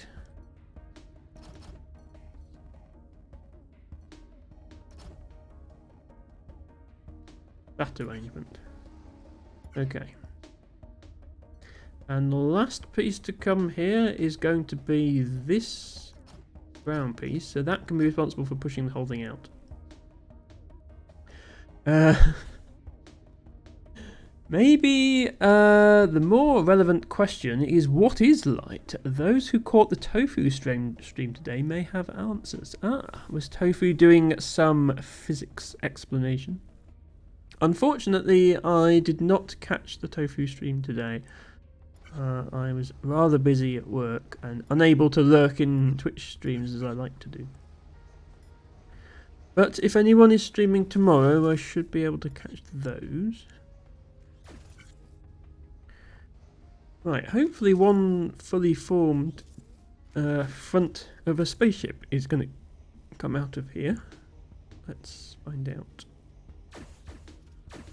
Not quite. Wait. I realised the middle was timed wrong, but did the headlights not get welded at all? Because there's a welder connecting them. Okay, welders don't work how I thought they did. I thought since this is connected to this by a welder, it would get welded together.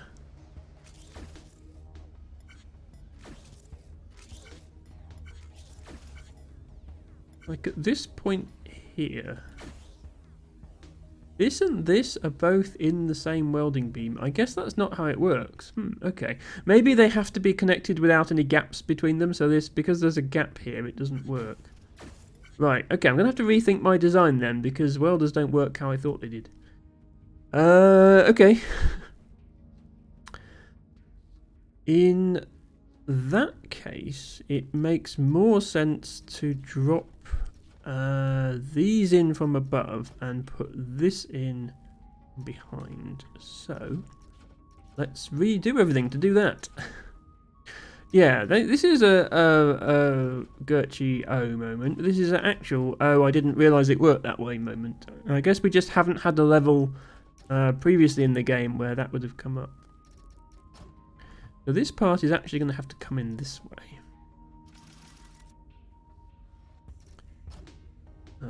Meaning that its welder needs to be on the top, not on the side. These will need to come in from the top. We'll have to have an arrangement very much like this arrangement, but on the other side. To drop those in. Here and here. And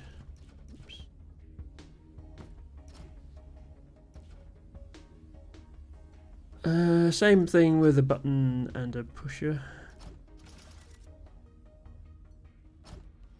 That.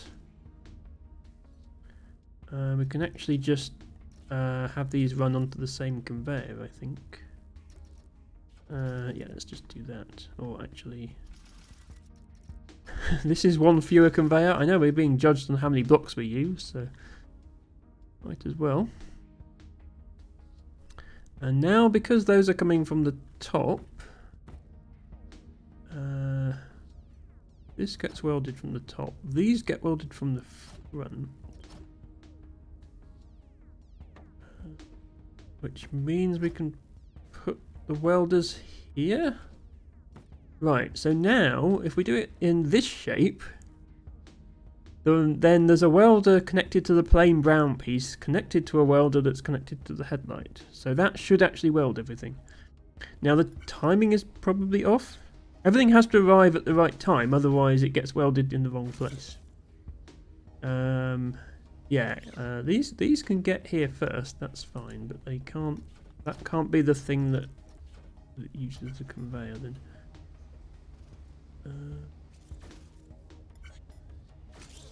Those show up, and then yeah, then that shows up.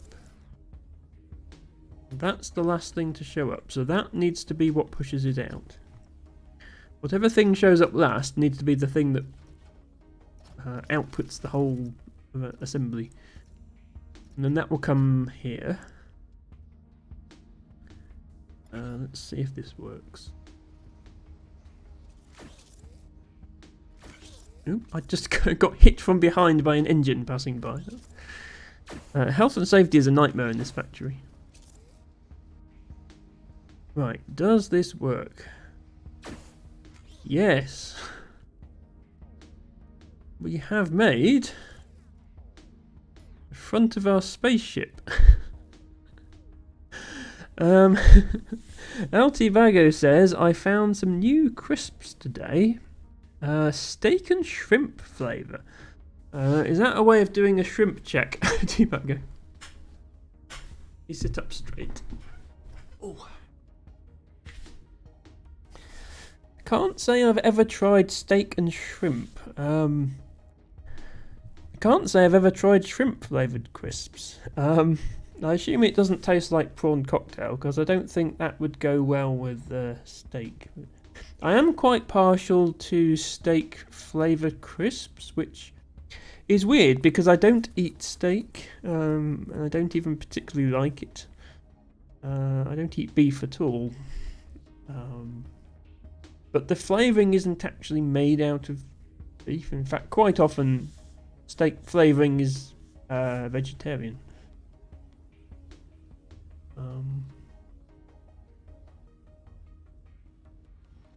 So, yeah. I think probably my favourite flavour of crisp is either smoky bacon or steak.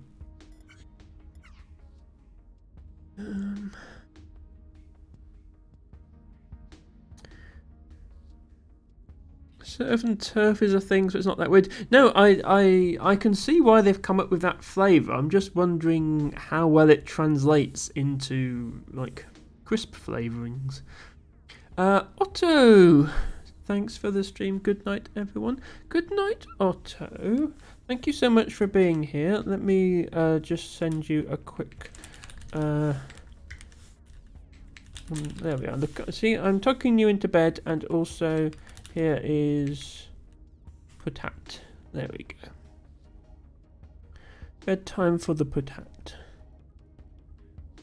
Yes, Harry has the same idea. Thank you so much for being here, Otto. Enjoy the rest of your weekend, and I hope to see you again soon. Right, we've actually made 2/3 of this contraption. And we're not halfway through the stream yet, so hopefully we can get it done. Tibago says a lot of the walkers, including the roast chicken, are vegan. Yeah, I tend to have walkers, and yeah, I wouldn't eat them if they weren't vegan. So it's just as well they are, because I quite like those flavours. This is the part I've been dreading, though. This section here, where we have to assemble this middle. We need to take 6 of these. I mean, the first part isn't too bad. Let me lay out what the first part is going to look like. Let's bring this one this way, otherwise we're going to run out of space, I think. These all need to come round here. So that they're in a line this way round. It might have been easier for me to build this the other way around, but I've done it now, so never mind. We do that. And I think it was it just the middle one? Yeah, just the middle one is lower than the others. So we build a platform where these are higher up than the other ones. That gives us this, which is actually like most of it.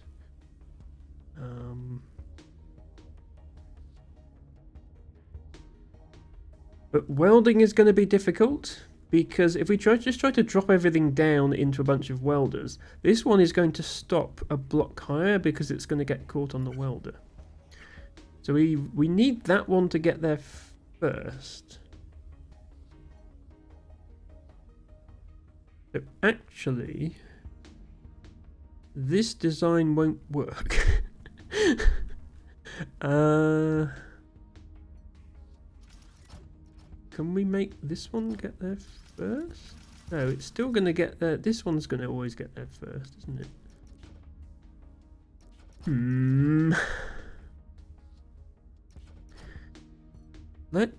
can send this one the other way, actually. We can do this. And build under here. And send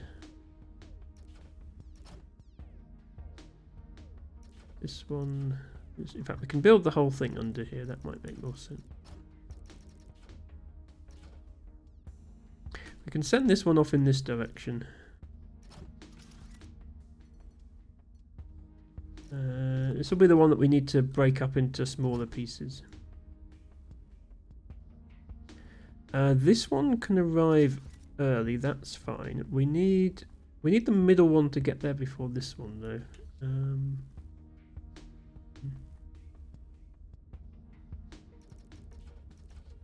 Yeah, I am actually thinking we need to build this the other way on, otherwise it's going to get too confusing.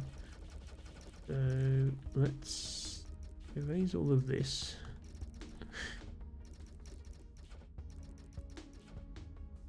Let's actually have the lineup be here. That makes more sense. 1, 2, 3, 4, 5, 6, 7, 8. We don't know. Let's leave a bit more space than that. 1, 2, 3, 4, 5, 6, 7, 8.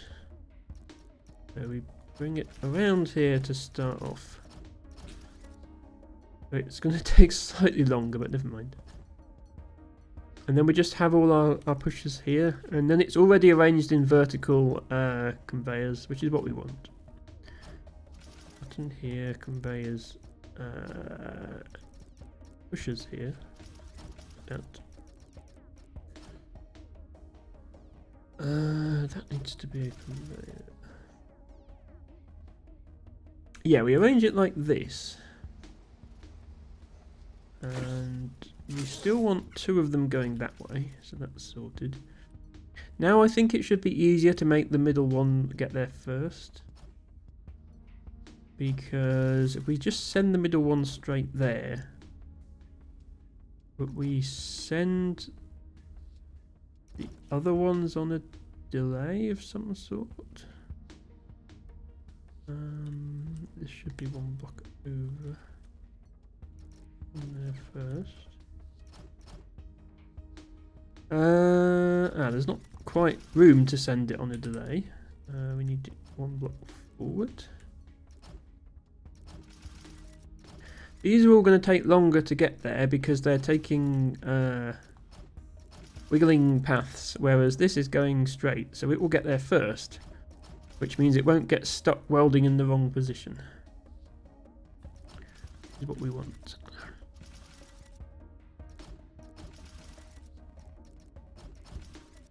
Like that. And I think then we can just put a line of welders at the back. Here.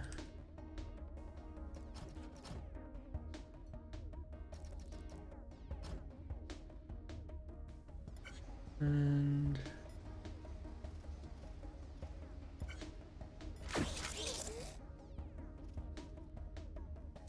yeah, like that.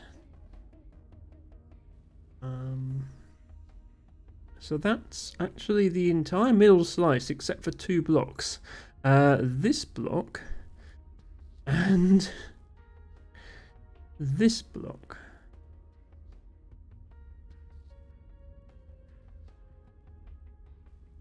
You need to make those out of the last one of these pieces.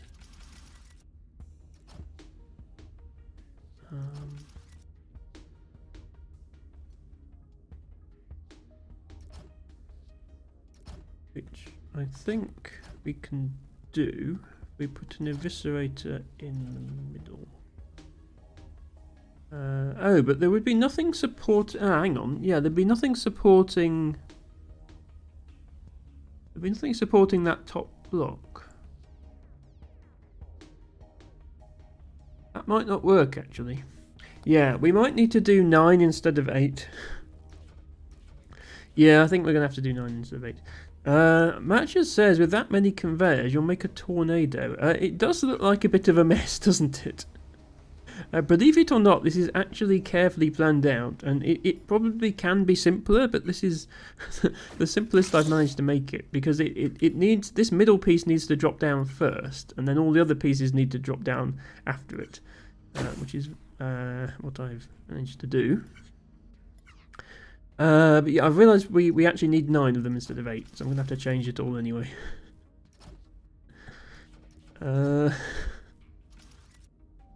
So, let's put an extra one of these on. 1, 2, 3, 4, 5, 6, 7, 8, 9. Yeah, this is going to be easier, because if we've got 2 of these,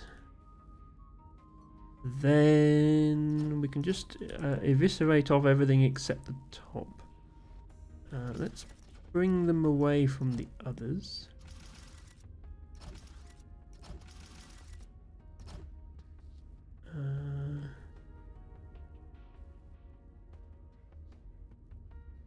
Oh, yeah, and now hang on, we can't bring that there because of this.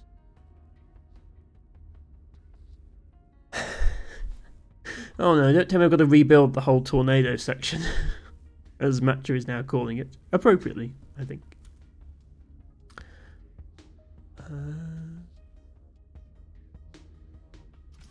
Actually, no, we don't have to rebuild the whole tornado, I don't think. We can move the pushers back 1 block.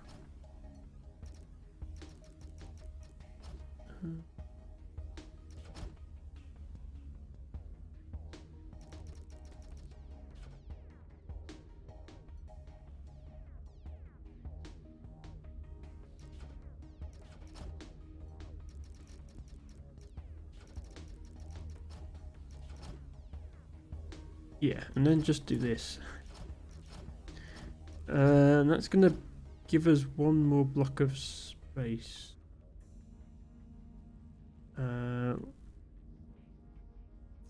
Which we can use to get this out.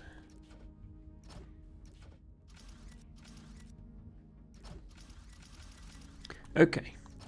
Now we can stick an eviscerator on both sides.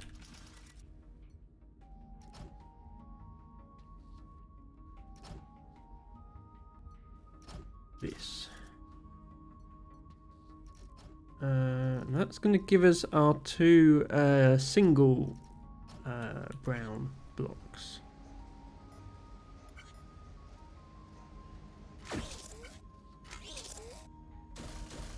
There we go.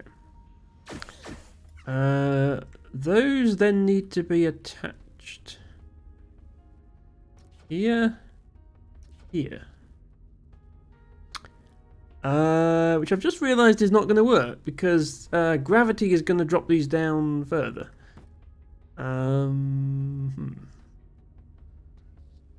Plus, well, no, actually it's here and here, isn't it? Yeah, but same problem. Gravity is going to gravitate. Gravity is going to gravitate as it does. We solve that. I think this is.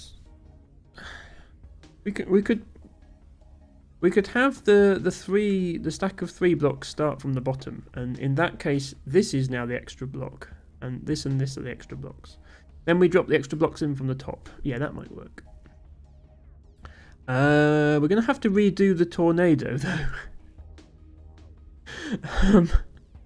I don't know why I just accepted that that's what Matcha's calling it, but fair enough. Yeah, because we now need these 3 to come in at the same time, but we still need the outer ones to be... Yeah, redo. We need the outer ones to be delayed. So it's actually a bit less of a tornado now. This is actually a much simpler design. I should have gone with this to start with. It's just this. Let's check if that works.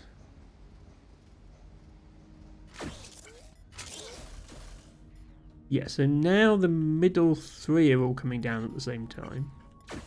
Welding into one big square, and then the 2 side pieces are welding on. Now we need to add blocks here and here, which seems easier because those places are not blocked off. Although, actually inserting them in there is going to be difficult because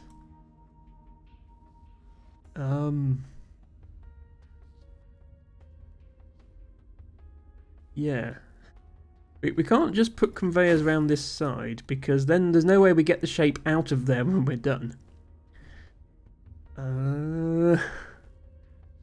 What do?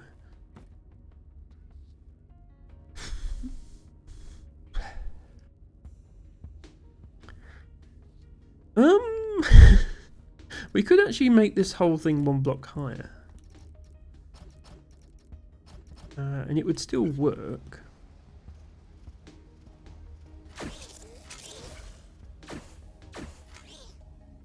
Then if we could drop these individual blocks onto this conveyor.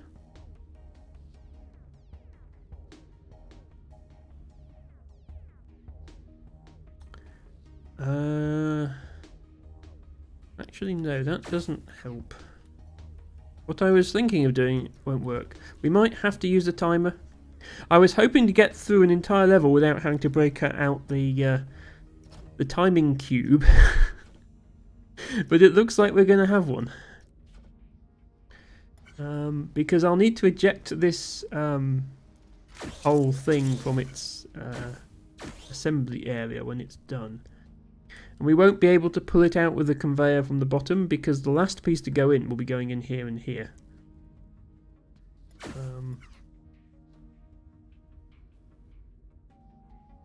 What I am thinking we can do for those pieces is use lifters to bring them up.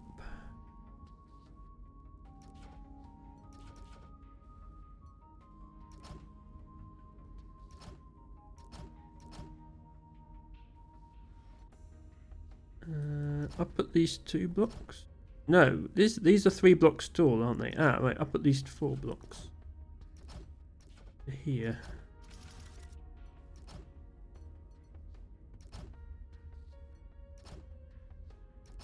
Can one lifter actually lift this far? How far is this? 1, 2, 3, 4. Yeah, I think one can do 4.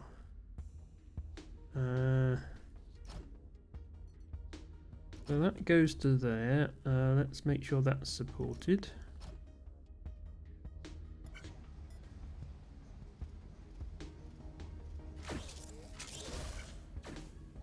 Like that.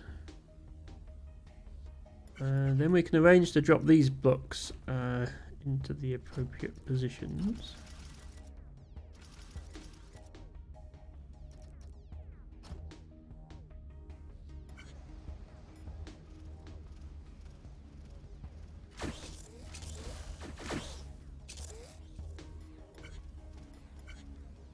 Okay.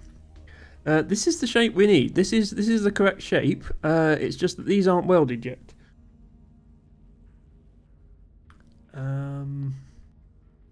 Now, how are we going to weld them?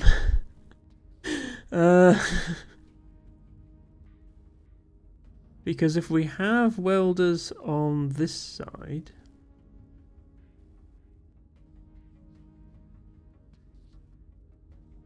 then how do we get the shape out when we're done? We can't drop it down another block because if it touches the floor, there's no way to get it off the floor because you'd need a lift. Actually, no, that's not true. If it was on the floor, we could stick a lifter under one corner and lift it up.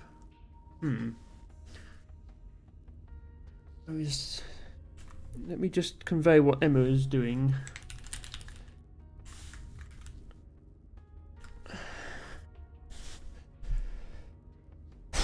Is this going to work? Maybe. I'm reluctant to assemble it all and then find it doesn't work, but I think I might have to. I'm actually going to drop it right the way down to the floor level. in order to give myself one more block of space.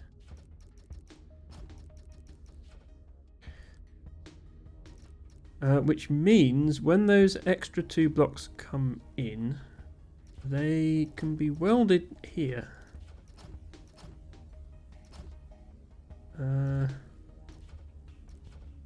We have, it's hard to see with all these arrows, but we have this sort of upside down pie shaped welding area.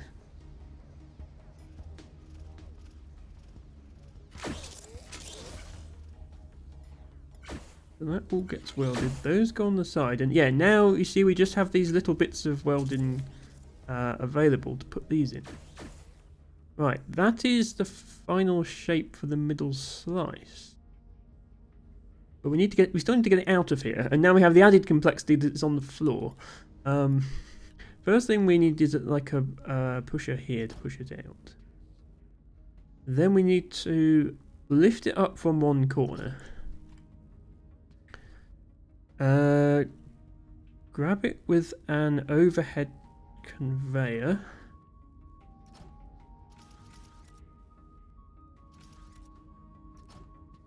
Here. Attach that there. And that gets it back onto a conveyor belt. And from then on we can transport it as normal. Let's convey it from there. And if we get it into this line, then it will line up with the other piece. How are we actually going to weld these two together? Actually, probably from here is going to be easiest, from the back.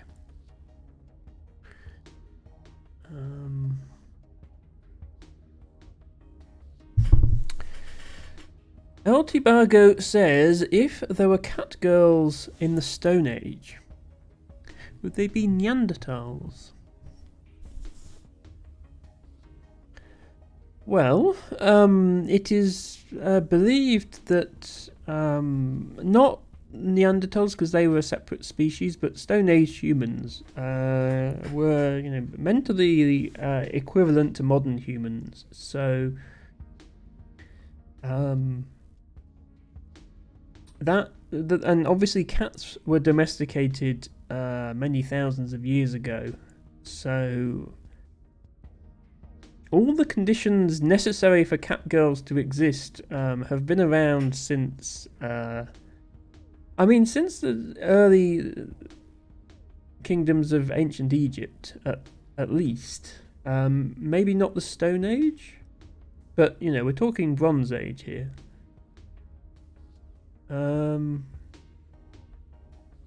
So yes. I don't know if that's the answer you were looking for, Tibago. I'm not aware of any prehistorical evidence of cat girls. Whether there are any cave paintings depicting women with cat ears going nya. Whether there is a Proto-Indo-European cat noise attested, because obviously meow and nya and so on tends to be different in different languages. So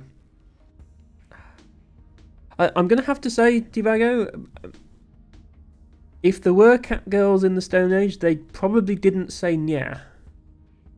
They might have said something else. And it would be difficult. I mean, there certainly weren't genetically engineered cat girls, because we didn't have the technology at the time. But did young women pretend to be cats occasionally? Almost certainly, yes. So that concludes my my essay on Neanderthals.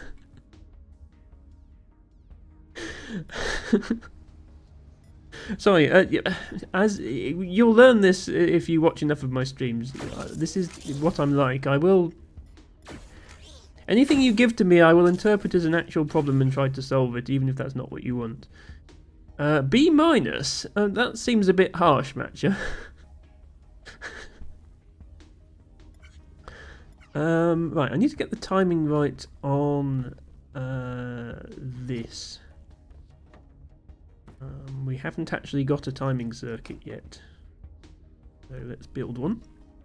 Time for our old friend the spinning cube. Fortunately, we have plenty of room to build one.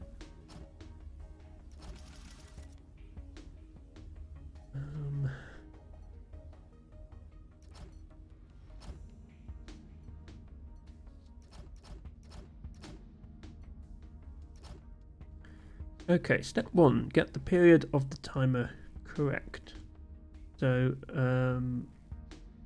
if we look at when this first fires, when there's 8 of them, 9 of them rather. So here, the block is here, and then if we look at next time, there's 9 of them.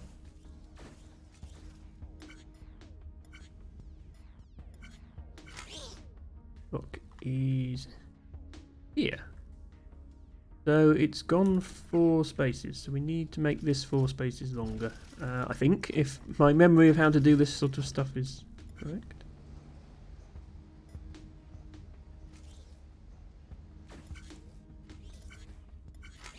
Okay. Block is currently 3 spaces away from the button. Ugh.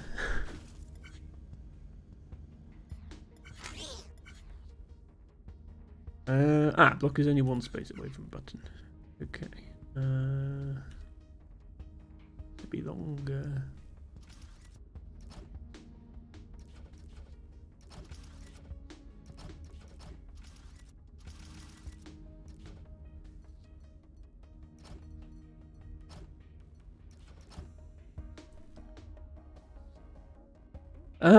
Magic Catcher says slowest roller coaster ever, 1 star. Yeah, it's not the most thrilling of rides. I mean, I can press F to speed it up. It's still not really an exciting roller coaster. Harry goes away for a few minutes, is greeted by a maze of conveyors. Yeah, this is getting pretty sophisticated now. Here's the whole thing so far. Shame it doesn't actually work yet. Also, I've just realised we don't need this anymore. I've got this random conveyor hanging from the ceiling, which we don't need because we're not lifting this up anymore. T-Bago has had yet another $1 million idea. Is it a botany redeem, T-Bago? Because I think we're about due one of them. If nobody wants one, I'll do it myself, just to give myself a break from this puzzle. Okay, how are we doing? Okay.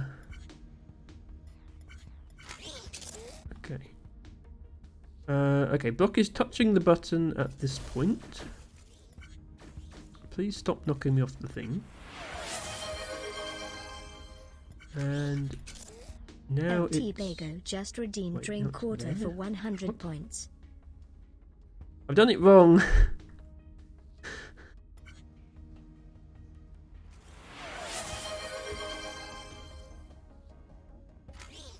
T-Bago just redeemed okay, block stretch is 1 for before the 100 button. points.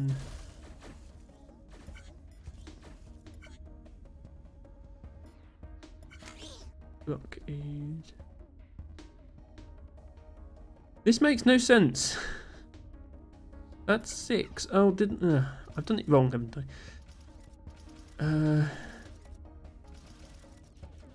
There? Wait, no. It goes round more than once, doesn't it?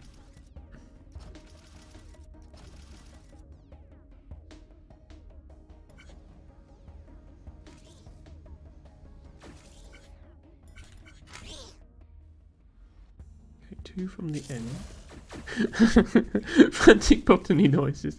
You don't have to do it. If you don't want to do the redeem teabagger, don't worry. I will do it instead. And I will pick a plant of my own. Yeah, okay, that's the right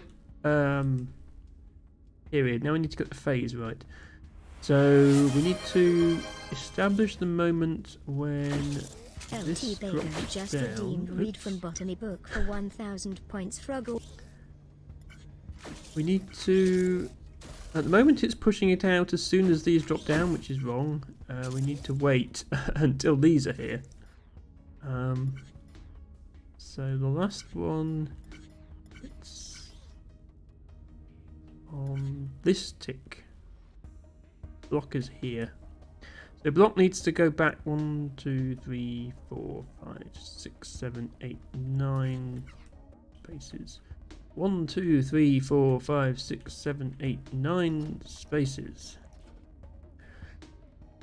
Right, yeah, I think we can get this done this stream, but yeah, this is certainly the most difficult level of the game, which makes sense because it's the last level of the game. Thank you, Teabago, for giving me an excuse to take a break from that. Water and stretch.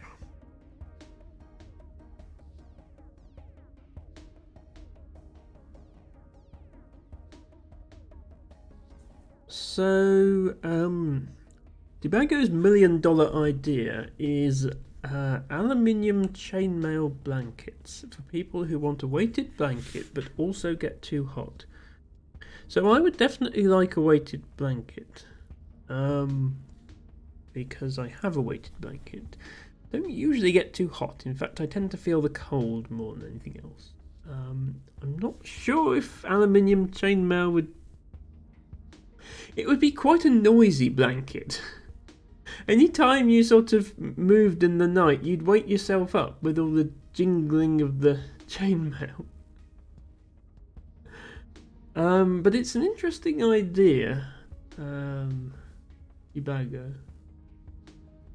Definitely an interesting idea.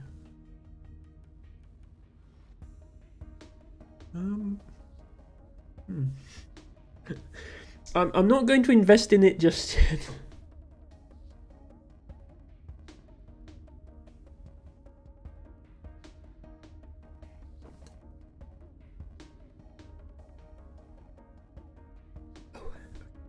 Fetch time.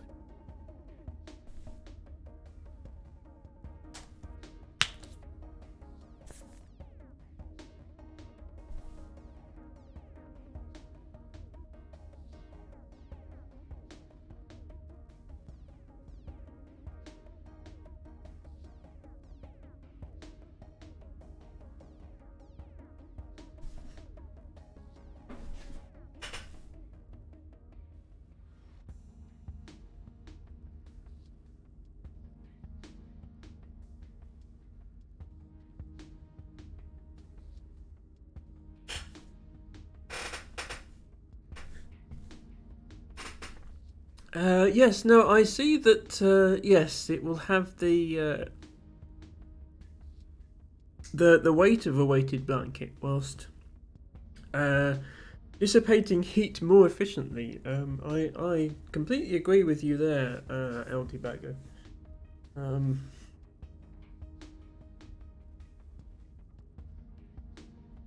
not sure how the cost would compare to your average weighted blanket. I feel like it might be a little too expensive, unless you're planning to get the chainmail made by some sort of slave labour, in which case that would be a bad idea. My understanding is chainmail is incredibly labour intensive to make. Also, you get a good night's sleep. Was the whole thing just a build up to that pun, LT Bago? Was Neanderthals not enough?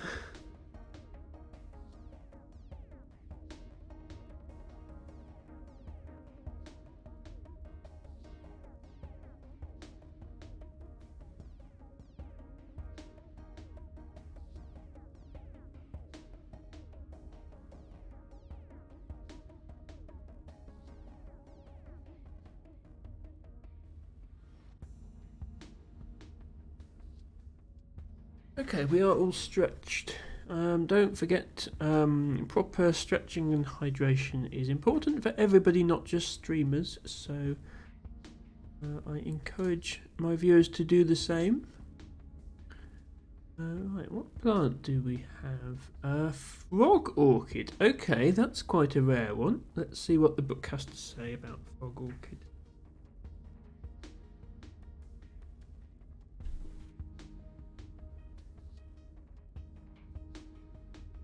I don't think I've seen that one myself. I've certainly seen rare orchids, such as fly orchid myself, but not frog orchid. I don't think you get it round here.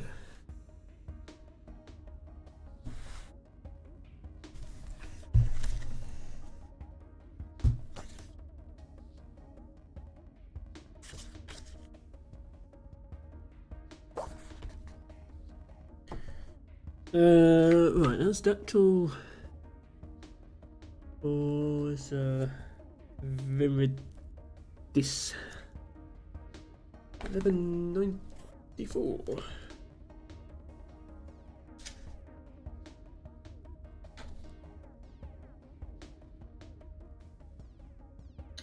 Pages stuck together. Come on, there we go.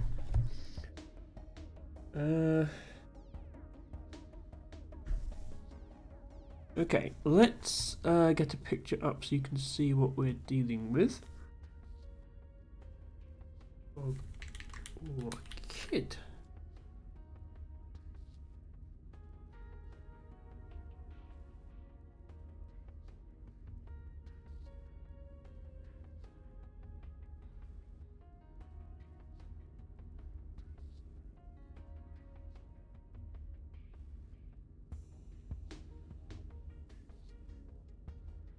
This picture will do.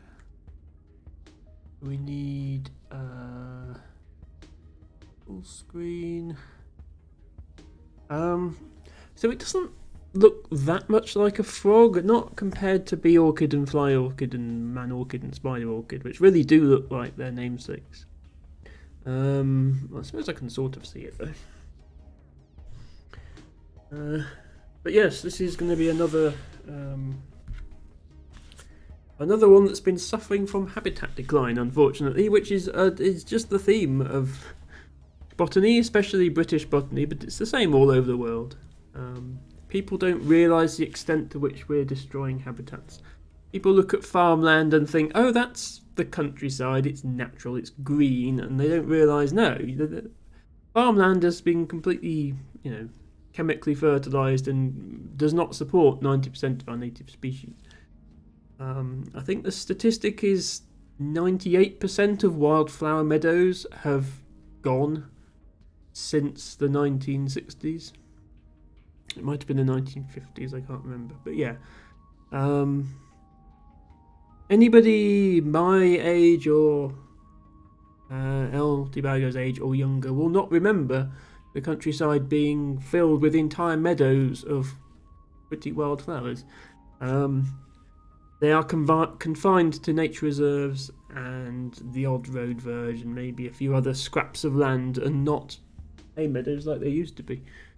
So it's not even just human agriculture that has wiped out these plants, that's the thing, because agriculture in the UK goes back thousands of years and the trees have been gone for centuries, but it's such a recent thing, the destruction of wildflower habitats. Hello, Delta Leeds. Welcome in. Thank you so much for raiding with your party of 13 viewers. Hello, Leronis Winner, who appears to have messed up their emote, but welcome in regardless. I appreciate the effort. Welcome in Quirky Maverick. Welcome in Rosie Yay. And all the rest of your 14 viewers. I hope you had a great weekend, Delta. Just going to oops. Didn't actually mean to open up your stream. I meant to open it in another window and see what you were playing. I'll do that in a moment. Delta says, hope your stream has been going well. It has been going great. So we are playing Infinifactory.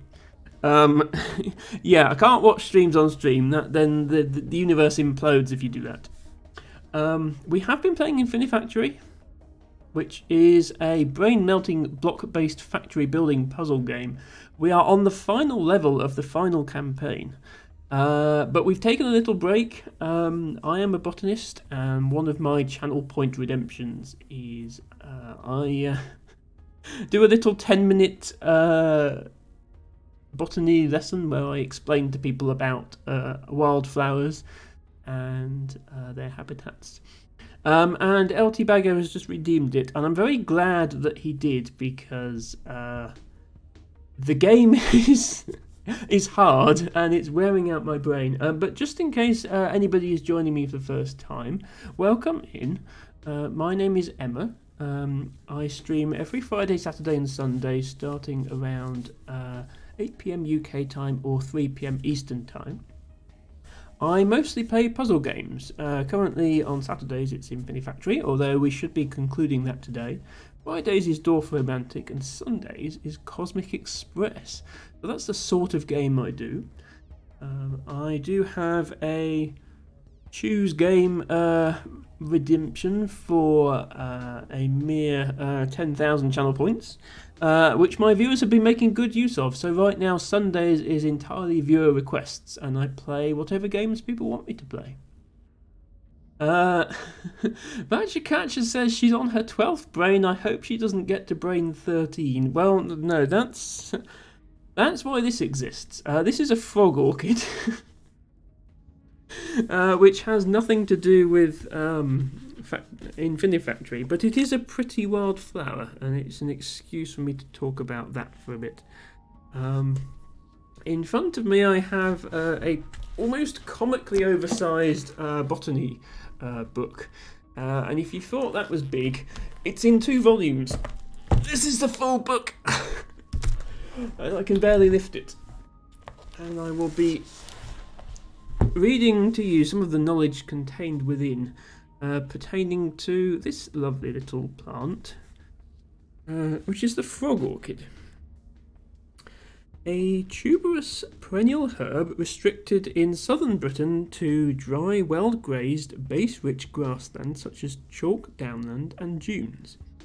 Disturbed soils of ancient earthworks and quarries are particularly favoured.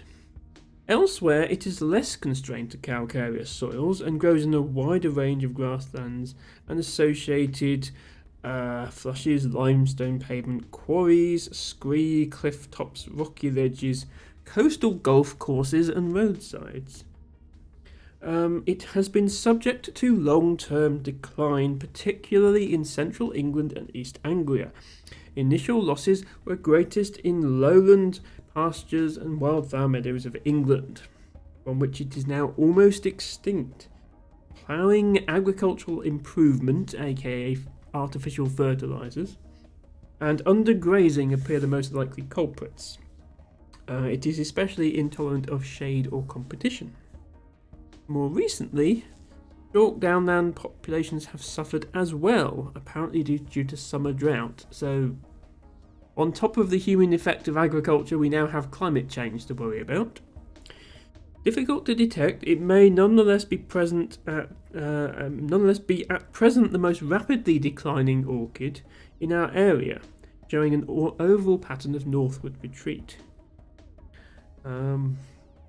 Molecular studies have shown that this species is a member of Dactylorhiza. Yes, okay. It was previously classified in its own sort of family, but then they invented DNA testing, and yes, you can DNA test plants just as you can DNA test humans or animals, and figure out how they're related to each other. So, to illustrate the decline that it's suffering, I will bring up the distribution map quickly.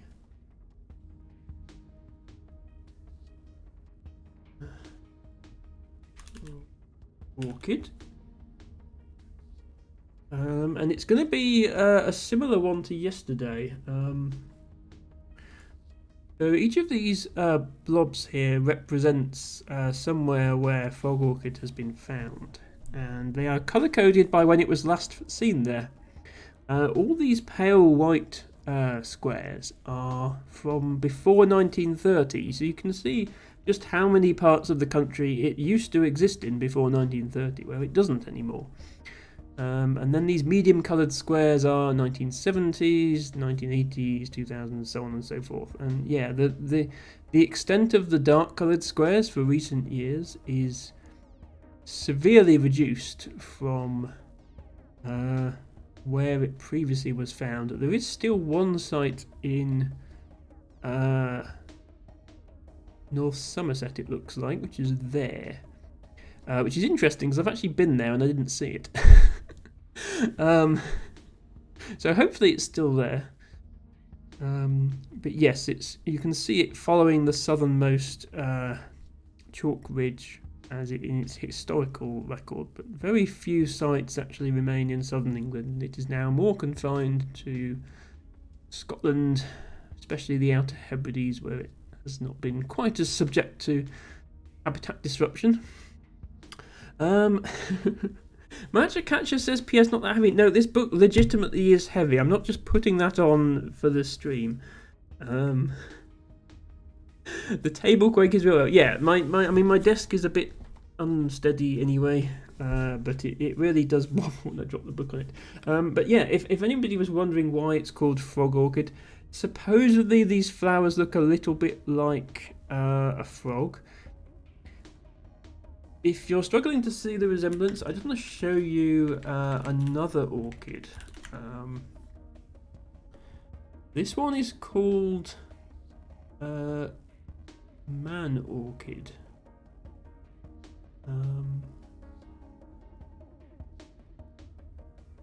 This is a good picture, actually.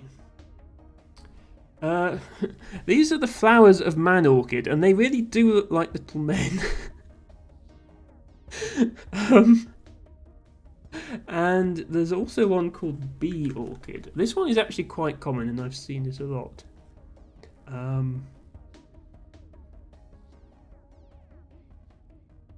This is a bee orchid, and at a glance, it very much looks like a bee pollinating a flower. So yeah, orchids tend to be named after things that their flowers look like. This flower does not. It looks like there's an insect sitting on a flower with 3 pink petals, but it isn't. That is the flower in the middle there. It is evolved to look like a bee, so that real bees think it's a bee and try to mate with it, thereby pollinating it. It's hilarious. But yeah, the man orchid. Yeah, no comment from Harry and Tibago. You can see why it's called the man orchid and not the woman orchid, though, right? Look, it's just nature, okay? It's your own minds that are doing this. Nature is just being nature, okay? Any human inference of what it might be is entirely your own problem. But yes, today's flower was the frog orchid, which is this one. And I got to have my usual rant about habitat loss in the hope that someday somebody will care. We shall now return to our gaming, but first of all I'll put these books away.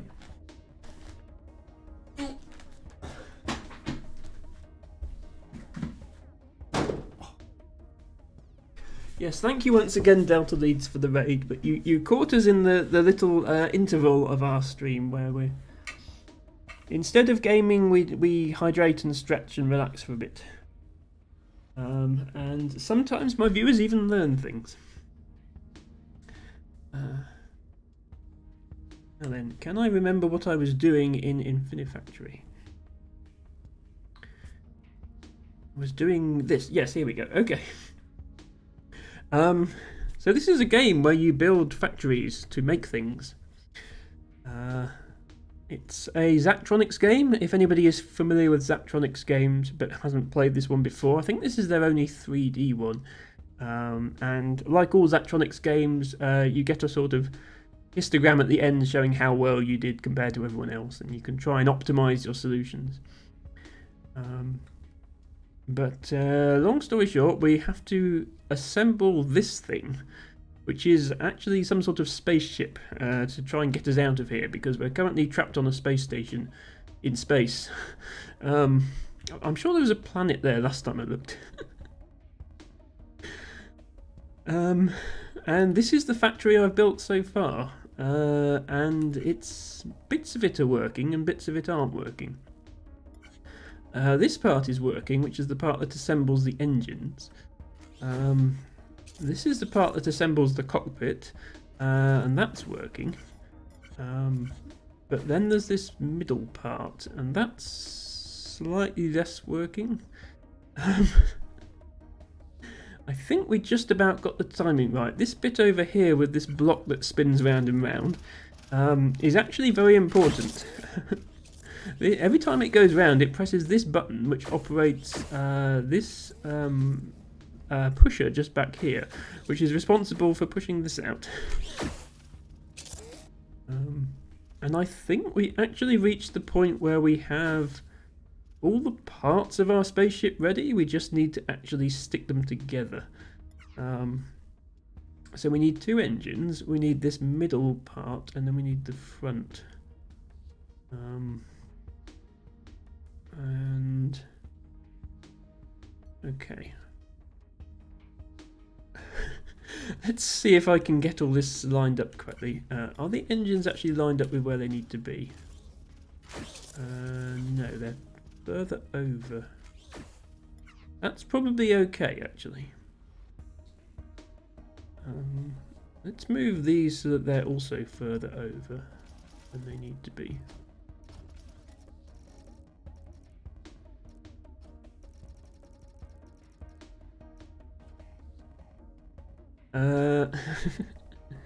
Don't worry, there will not be a test on the botany.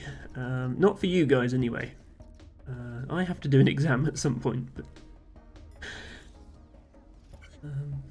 yes, I'm not a professional botanist. I am just a keen amateur, but I am a very keen amateur. I've been doing it for 15 years, and I regularly go out and make my own field surveys. Something I take very seriously. I'm just going to adjust this machine to hopefully get this part going in the right place. Or getting it stuck entirely. That's also an option. Never forget, completely messing up your design is always a possibility. This actually needs to be here. You can always snatch defeat from the jaws of victory. Quirky Maverick, hello. Thank you for raiding once again. I love learning about plants when playing GeoGuessr. It's actually broken. That is a very good point. Yes, if you know the typical wild plants of different areas of the world, then you can tell at a glance from a street view photo where in the world you are. Which is incredibly useful for GeoGuessr if you find yourself in the middle of nowhere with no landmarks. Well, I've never played GeoGuessr on stream. I have played it casually. I've never, like, people do competitive GeoGuessr these days, but I'm pretty bad at worldwide GeoGuessr because I haven't learned all the tricks. But if you give me somewhere in southern England, I can usually get it pretty well. I've been around southern England enough that I can often get an idea of where I am from clues like what colour bins people have, meaning what local authority they're under and that sort of thing. And how depressing the houses look is often a good indication of where you are as well.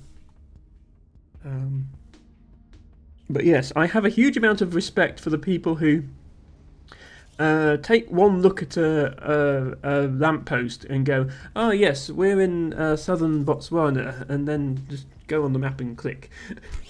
I have seen people do that, and it's quite amazing, I have to say. Okay, how are we doing now? Right, we need 2 of these? Yeah, 2 of these. So if we say that one goes here and one goes here, the other 2 pieces need to be here, and then we need to weld them all together, which is going to involve... I'm going to weld it from this side, which is why I don't mind that it's misaligned. But basically, I'm going to put a thing here to stick the parts to each other.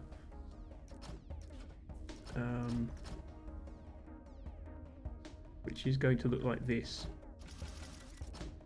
And then once the parts are stuck together, I'll have to bring them this way and then round and then out.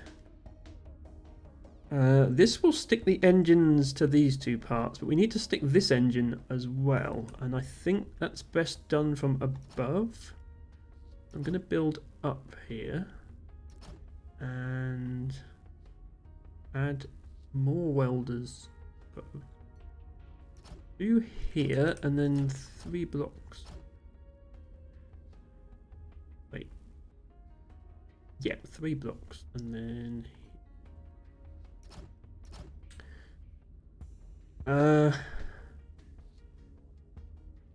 no, that here, sorry. Right, what are the chances of this working? Good night, Delta Leads, or more like good morning because it's 5 AM. Wow. Oh, sorry, yes, I just missed your last message. Unfortunately, time zones aren't very kind and it's almost 5 AM, so I'll have to go to sleep. I hope you're having an amazing rest of your stream. Thank you, Delta Leads. You are very dedicated, streaming until, well, until 4:30 AM ish. I guess. Well, yeah, I mean, it's all, I suppose, yeah, it's awkward if you're, where are you? You're +6 from me? Yeah, +6 from me. So, yeah, you don't, you don't get the Europeans and you don't get the Americans. So, yeah, that is an awkward time zone to be in, so I'm sorry about that. Well, it's an awkward time zone to be in for English language content.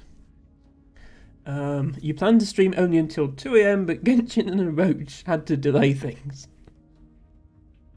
Well, I'm glad that things got resolved eventually, Delta. Thank you once again for raiding, and I appreciate your commitment to your streams for sure. Sleep well, and I hope to see you again soon. Let me send you a go actually sleep. Okay, if I've done this right, all the parts should come here and stick themselves together in exactly the right order. So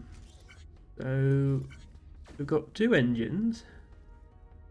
We've got middle piece. No. Yeah, hang on. No, middle piece is going to get stuck, isn't it? Ugh.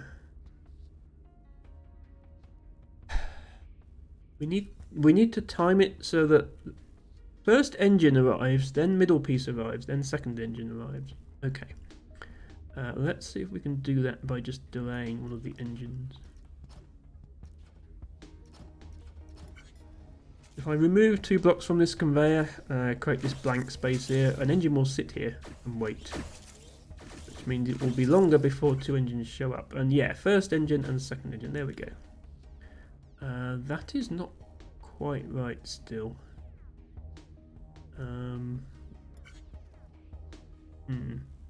No, this is very close to being right. This engine is just off by 1 block. How did that happen?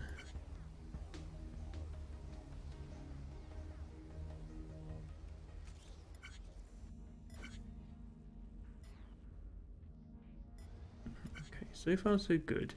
Oh, no, then this comes in and hits there. I need to move this welder over, that's what I need to do. To be here. This works. I just replaced the welder with... This shows how tired I am. I just replaced the welder with empty blocks. That would definitely not have worked.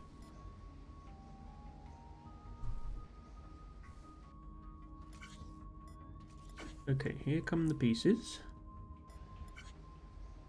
Okay, that gets picked up, goes there, that goes there. Now now there's this welder is exposed to attach the front. Front. Oh, the front has stopped because I forgot to extend this conveyor far enough. There we go. Thinking about it, I actually don't need this second welder now because both pieces will be attached by that one. Yeah, I can actually simplify it to this. No, not quite. We still need to stop this when it gets to the end.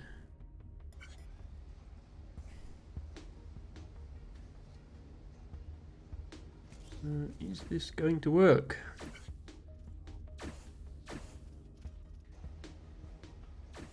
Yes, okay, this is all now one big thing. It's been welded together. I think this is this. I'm just comparing the two to try and see if there's anywhere I've gone wrong. But I think we did it. So we need to pull the finished product out, send it around and back to actually get it into here. How long was it again? 6 blocks.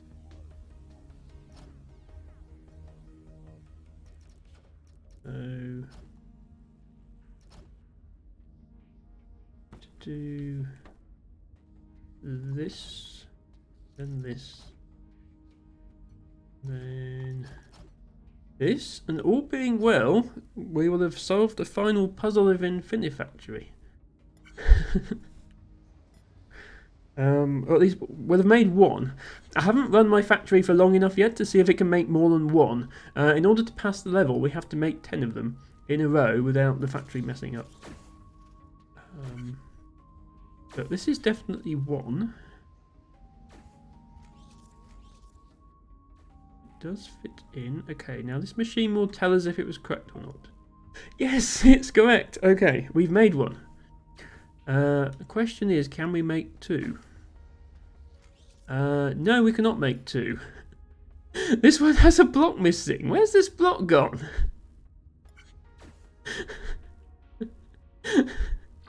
There's one block missing. Yeah, thank you, game. There should be a block here. I know that. Yeah, I don't have an unhype emote. I really need to get that emote. That one that Harry just used, of Rooney's. The Rooney Oops emote. I need my own Oops emote. Because it's so relevant to so many of my puzzle games. I mean, there's the global one, which is that, which sort of works. But I'd like my own. Also, this is completely unrelated to what I'm doing, but I'm just...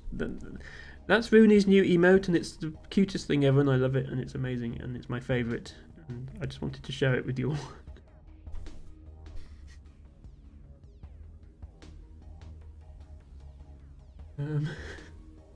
Right, where's my machine going wrong? First time it works perfectly. Second time, it misses a block off. How does it do that? So this comes down here, and then we're waiting for the extra 2 blocks which are coming in from the top. The block was late to their job. Well, I suspect the block actually got there on time, but the timing circuit was off. That's usually the problem. So this is the second one building now. Okay, we still have 2 blocks. So the block is arriving.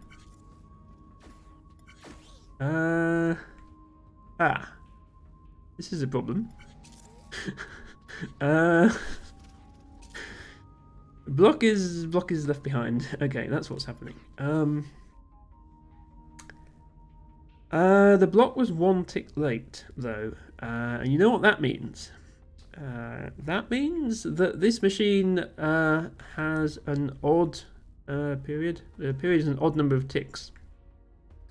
This clock is an even number of ticks. We've been through this before. It's very easy to build a clock with an even number of ticks, but to build a clock with an odd number of ticks, you have to resort to shenanigans like this. So that's what we'll do. Of course, that is going to mess up the timing of everything. Hang on. No, that needs to be here. Otherwise it skips the button entirely.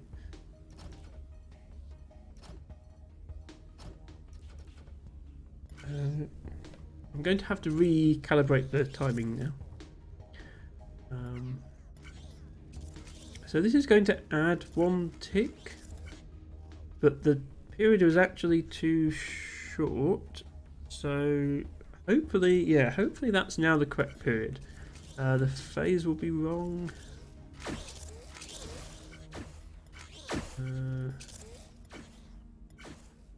Okay.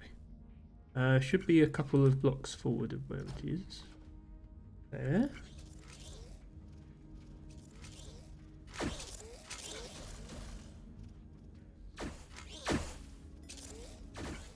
Okay, so 2 blocks have fallen in and we press the button. So now we need to check that the second time this comes through, we are also pressing the button at the correct moment. Looks like we are. Okay. Third one. It's slightly later every time.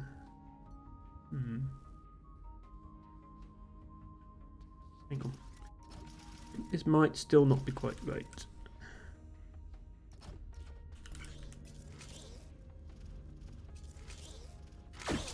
Frustrating to be this close, but we'll get there.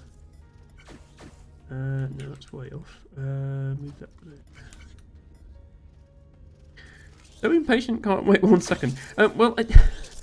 It's no use having the machine be 1 second late if everything else is relying on the same timing, because it won't work. Okay, that timing is correct. Next round timing is... No, that's too slow. That's definitely too slow. Gertrude is confused. Gertrude is very confused. We'll get there. We're 2 hours into this solution, but we will get there. Okay, we had a break, so not quite 2 hours in. That's okay. That's too soon. So move it back. We will get there, I promise.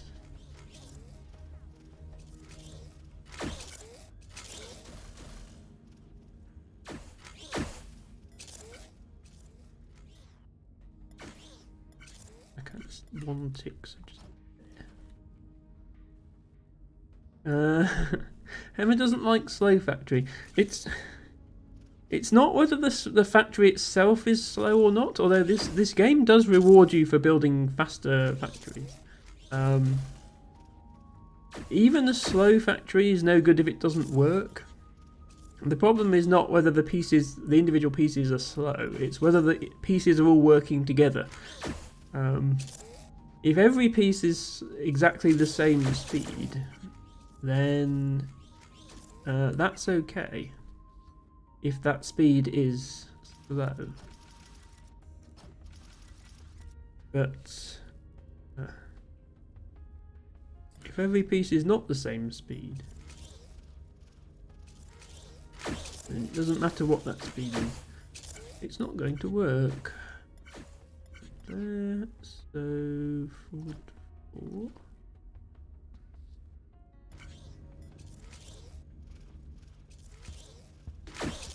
I seem to be having trouble with this timing for whatever reason.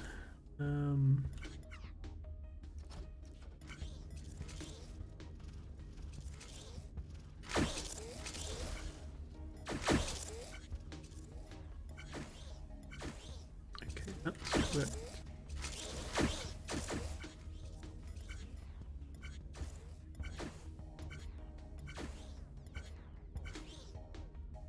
No, this one takes... Hang on. Do I not need this now?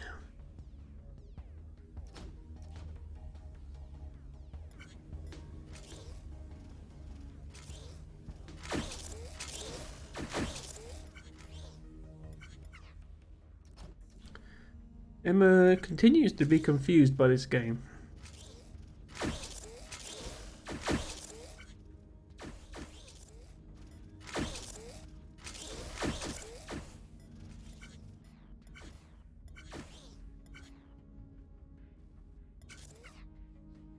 I definitely need the extra delay.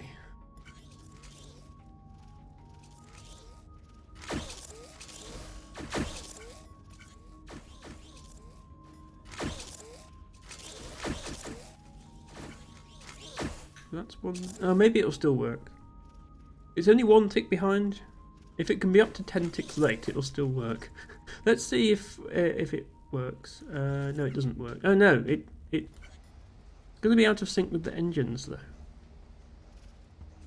Game while you do this. Game while you do this. Yeah, second one. This is out of sync, and this happens. Okay. I think I'm going to have to abandon this timing circuit. I know it's been such a staple of my solutions that Matcha Catcher has even started memeing about it. But I'm going to have to get rid of it, I think, because it's not doing what I want it to do. We're going to have to trigger this pusher based on the block itself falling down. So if we have a button... The problem is we can't trigger it. We can't trigger it on when the block actually reaches here because this stack of 3 blocks reaches there first, which would cause the pusher to extend onto these, which would obviously break. So we still need a timing circuit. The timing circuit needs to be controlled by a pusher, by a button that is attached to this. Is what we're going to have to do, and it actually has to be. Yeah, it can't be before here. So this is the latest it can be. Okay, we will get there, I promise. And we'll not end this stream until this factory is working. So this button needs to activate this pusher, but there needs to be a delay between the two things happening.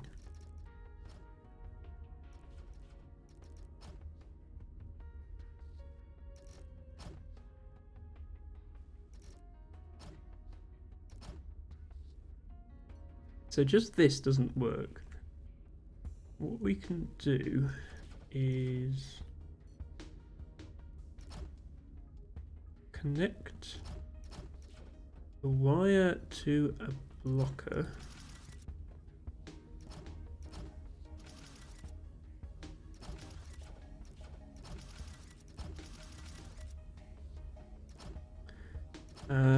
Have a circuit here of the delay length that we want to have. We did use this. We used this in the level where we had to paint the whole thing and then put a red dot in the middle. We used this type of circuit then, so we have done it before. And then the distance between this blocker and this button is the delay we want to apply.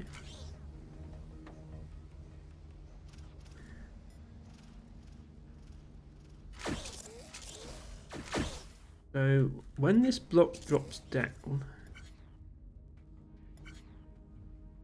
it hits the button, releases this, which lets the block out. No, it doesn't let the block out. I forgot, yeah, you have to put 2 buttons. It has to stay pressed for 2 ticks in order for a block to be able to get through.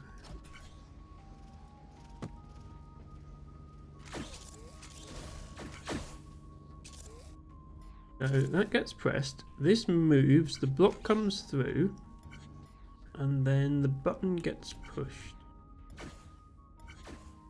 We're 1 tick too late pushing the button. Button needs to get pushed here.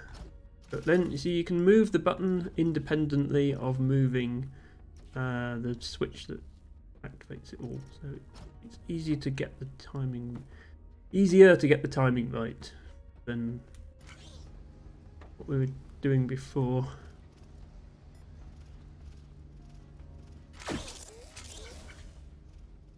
Okay, so this should now come out exactly at the right time, and now this circuit has reset, so it should come out at the same time again, regardless of how slow it is.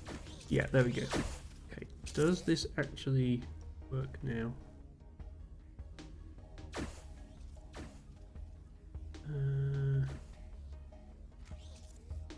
Okay, we have successfully made, I think, a second... Yes, we've made 2 of them. Usually if you can make 2, you can make 10. No, actually scratch that, because this is... Wait, how? No, how do we have 3 engines here? Is this stupid thing again where the engine... We had this on another level. We have had this before. The input that is sending us the engines is sending us engines faster than this is sending us the rest of the ship. So we're getting too many engines. The first time the middle part shows up is just before the second engine gets here, so everything's nice and neat. When the next one shows up, there's only 2 engines here, but then when the third one shows up, there's a third engine comes along before the cockpit is ready. Well, you could either say it's sending us the cockpit too slow or the engine's too fast. But either way, this isn't going to work. Have I done anything wrong with this section here? So here's the first one. Here's the second one.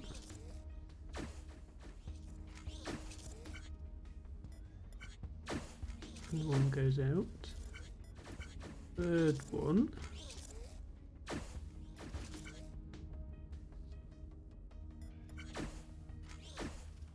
Oh. Why is this not leaving now?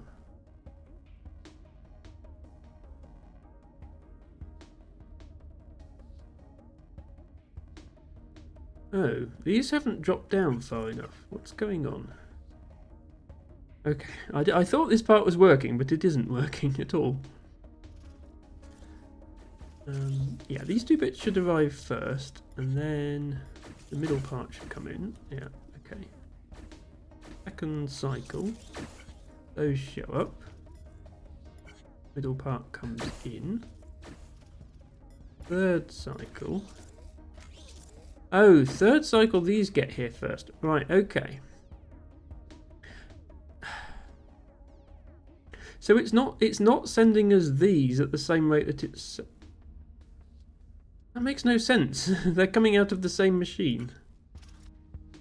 We should be getting 2 of these for every one of these.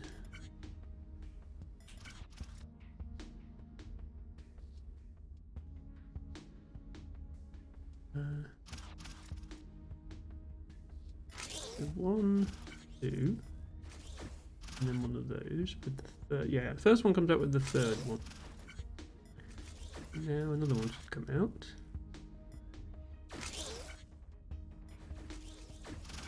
No, that's synced up correctly.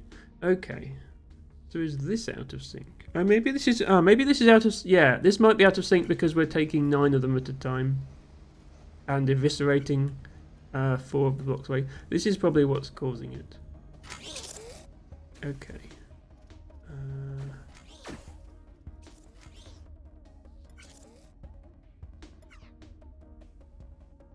So... we need to synchronize the lights coming down at the same time as the brown blocks in order to fix it. The way we can do that is to trigger the buttons on this side at the same time as the buttons on this side. I think that will work. We need to connect these.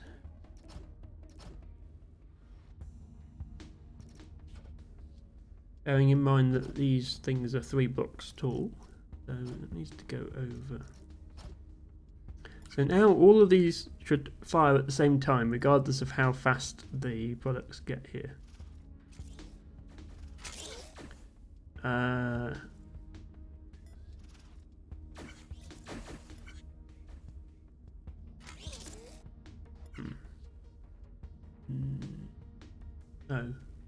No, because no, yeah,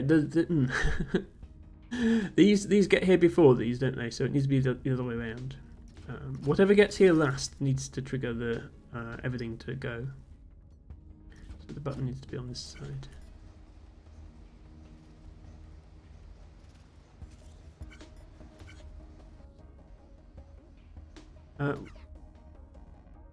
Why did that? Oh, I just did this. This. Yeah. This game is hard. I'm sorry. I'm doing my best. Okay, so when that shows up, everything goes at once. Okay. Yeah, right. Now everything gets stuck together. Yeah. Okay. That's fine. We can work around that.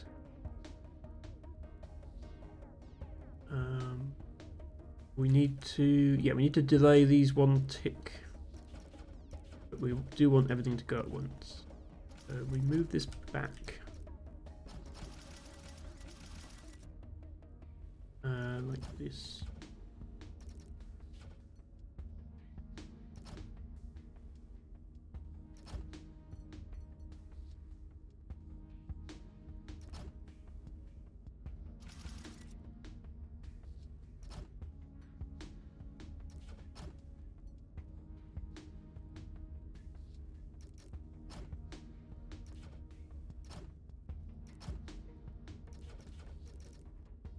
Oops. Okay.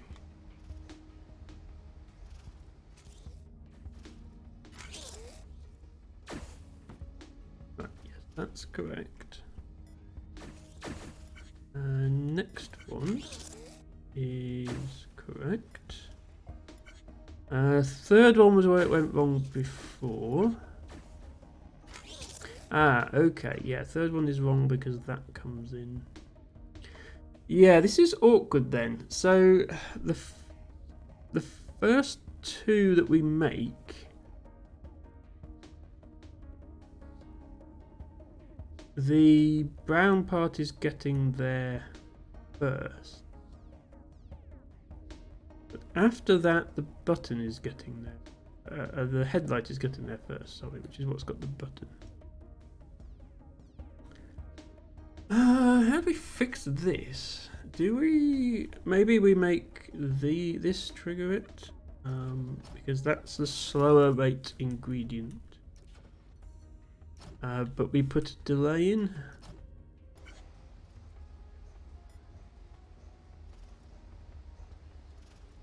We need the first cycle. It needs to be... to change this again. We need the first cycle to have both headlights here before the blocks get there. Like that, yeah. Okay, but not have... Ideally not have another headlight overflowing the machine.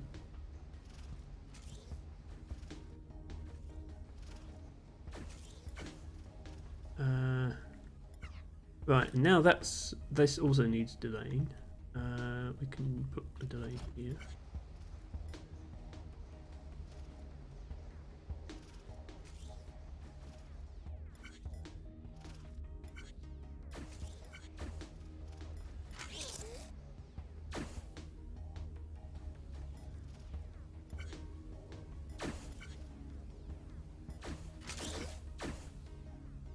Okay.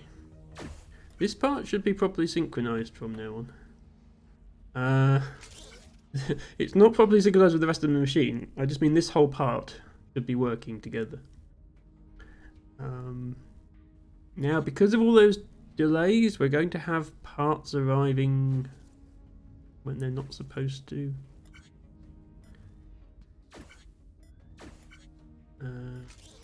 Yeah, we're going to have to delay the engines again. Hello Quinn, welcome in. Hope you're having a great weekend. Thank you so much for redeeming your flower of the day, which is an Agrimony. We are struggling here with Infinifactory. We're on the very last level of the game, and we have a factory which almost works, but it doesn't work, which is proving to be a problem. Just got to sort out the timing of everything.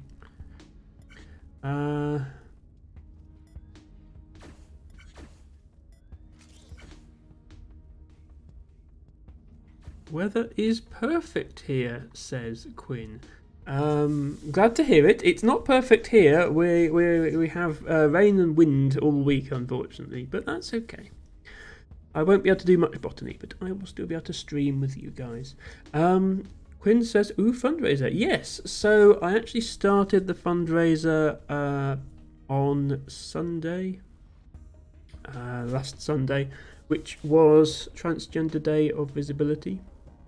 Trans rights are obviously a subject that means a lot to me. Quinnas Wings donated £25 to the fundraiser. Thank you so much, Quinn, for your support. That really means a lot to me. Yes, it's something that obviously is very important to me.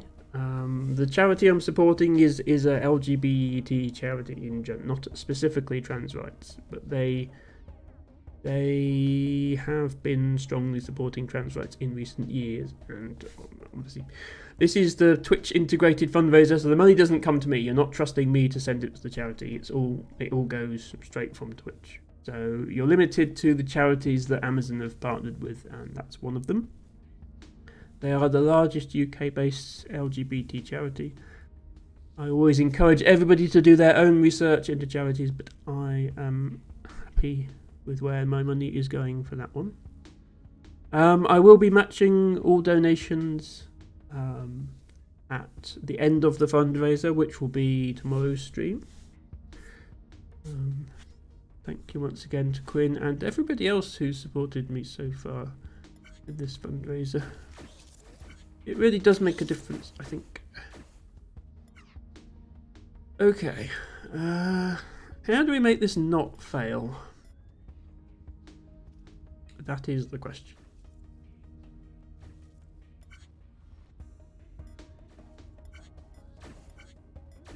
So that's still timed correctly, but because this is so slow now, I think this needs to come out faster. So rather than a delay, we're going to use the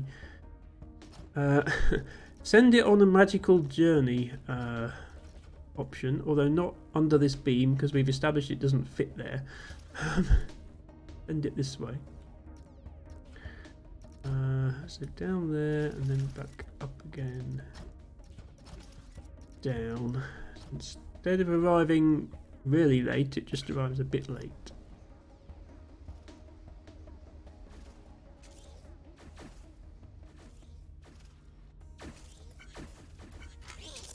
That's still too... Actually, nah. The other thing we could do is switch what triggers this timing here to do it off of that piece. That might be better. But the whole thing will come out when this piece lands rather than when that piece lands. That's now the last piece to land.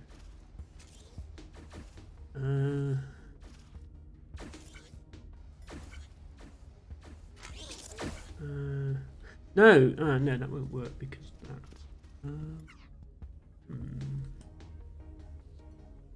Actually, empty purse.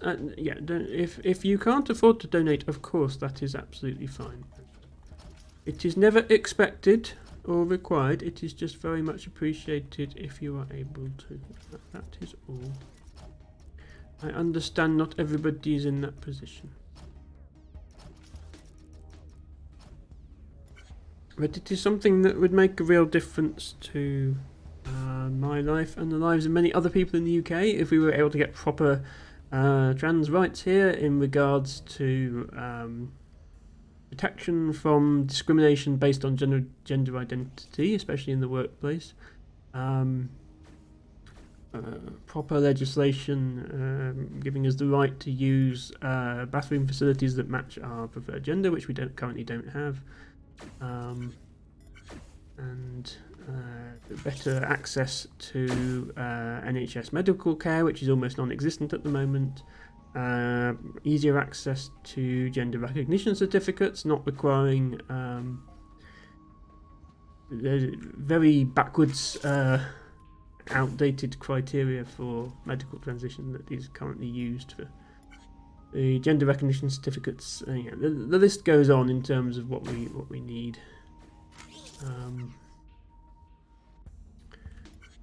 This machine is still not working.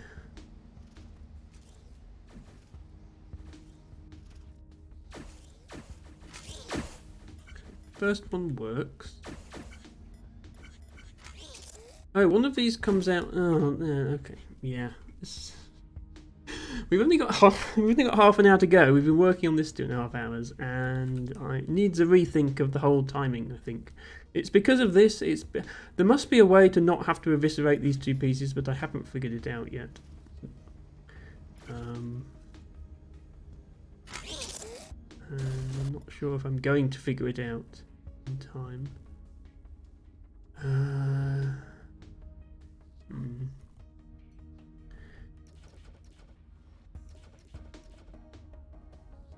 We need to create two pieces here, but doing it from two 1x3 blocks instead of one 1x3 block is causing it to take too long,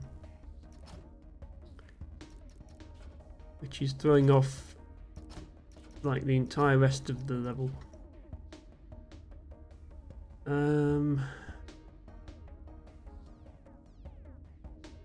So there must be a way to do this. If I always want to eviscerate the middle block. Can I push the top block at the same point that I eviscerate the middle one and have it move to another track? Does this work?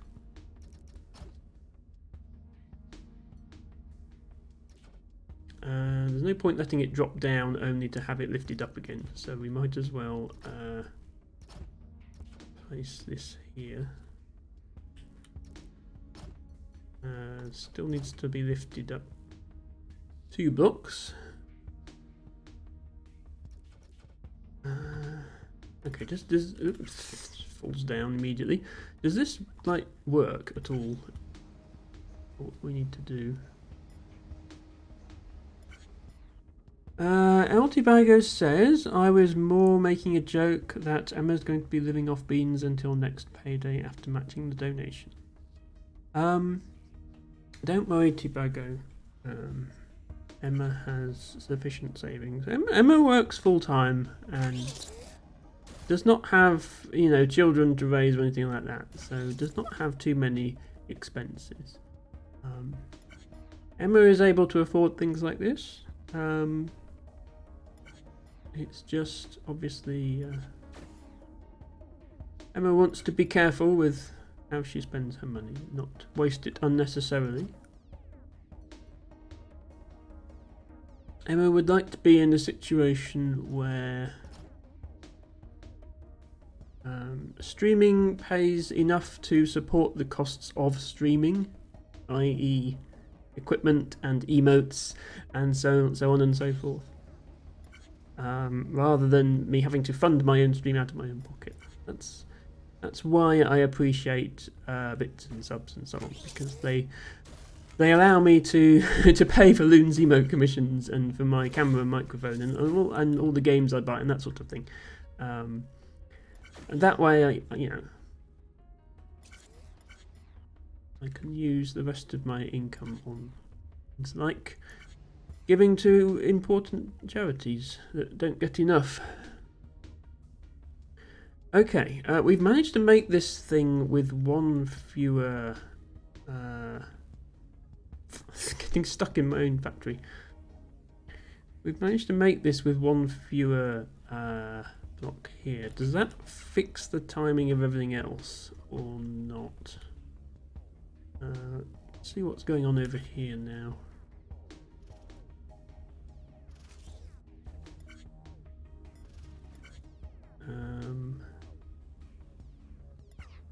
We change this to be triggered back off of this again, because this is the ideally the way round that we want it.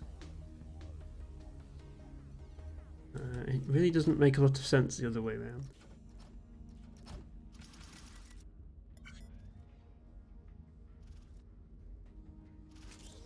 No, I'm not rich, Diego, but I am okay.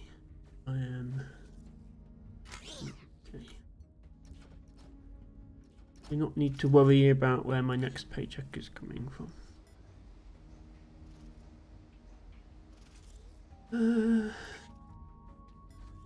Right, there we go. Okay, so that still works.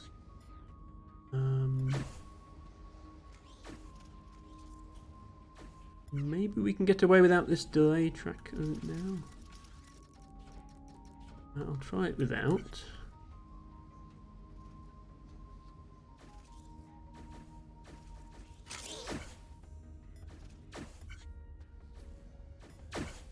Okay, first one is okay.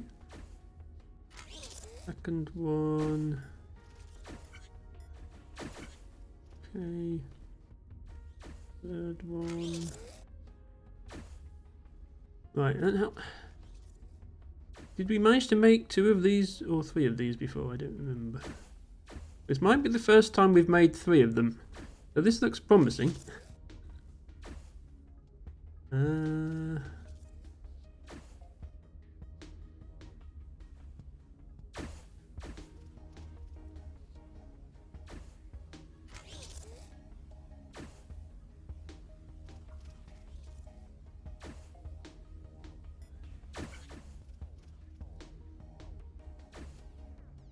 Yep, I think we've actually done it. I think the timings are all right now. We're getting the right number of engines to the right number of blocks. So yeah, the whole problem we were having was figuring this out. This contraption here, where we eviscerate a block and then push the top block out of the way of the eviscerator before it falls in. That was literally what we were missing. Okay, right, 4 more. Hopefully it does actually work now. 2 more, 1 more. Phew! We have done it! We have finished every level of Infinifactory in the main campaigns. We didn't change the input rate at all on this level, so unsurprisingly our cycle score is right on average. Our factory is slightly bigger than average, both in terms of footprint and blocks, so once again I overcomplicated things, as I have done on so many of these levels. So often do I overcomplicate it. I only slightly overcomplicated it. But as you can see, much simpler solutions do exist. So we only have one thing left in the campaign, which is the mission conclusion.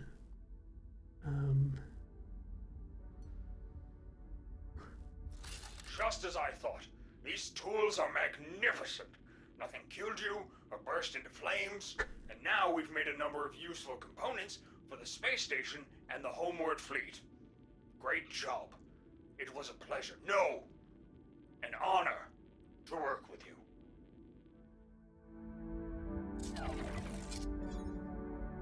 And there we go.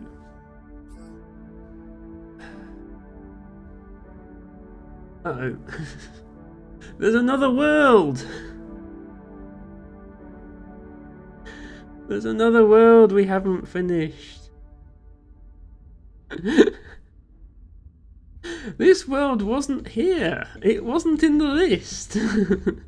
It's just appeared out of nowhere.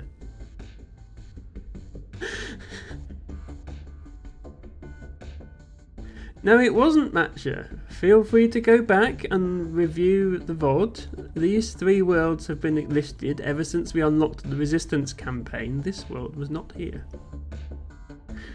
Just appeared. Well, let's see what they have to say. Hello again. Now that we have everything in place, it is time to construct the ships that will comprise the homeward fleet.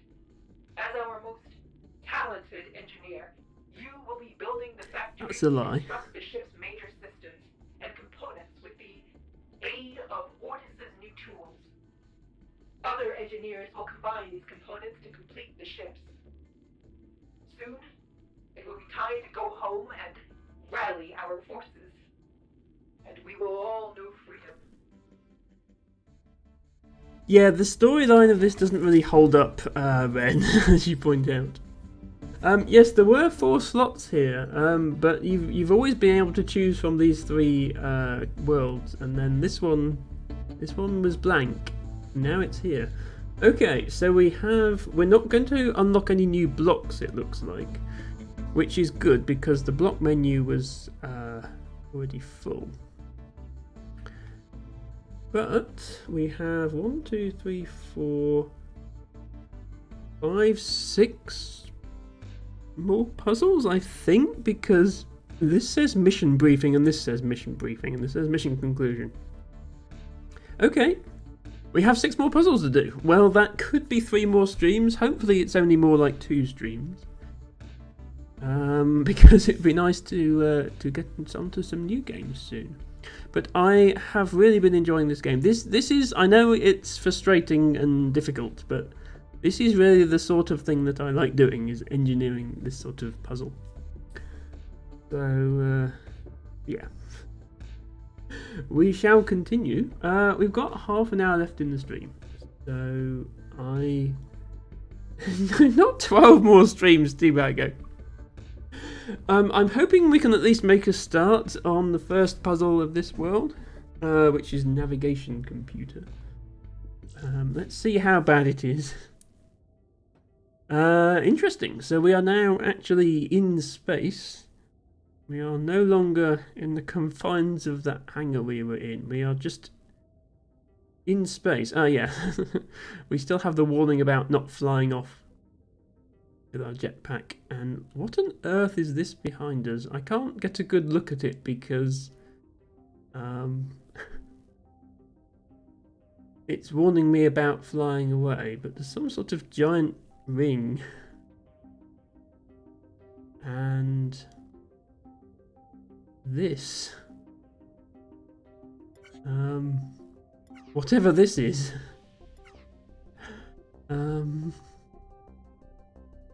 Okay.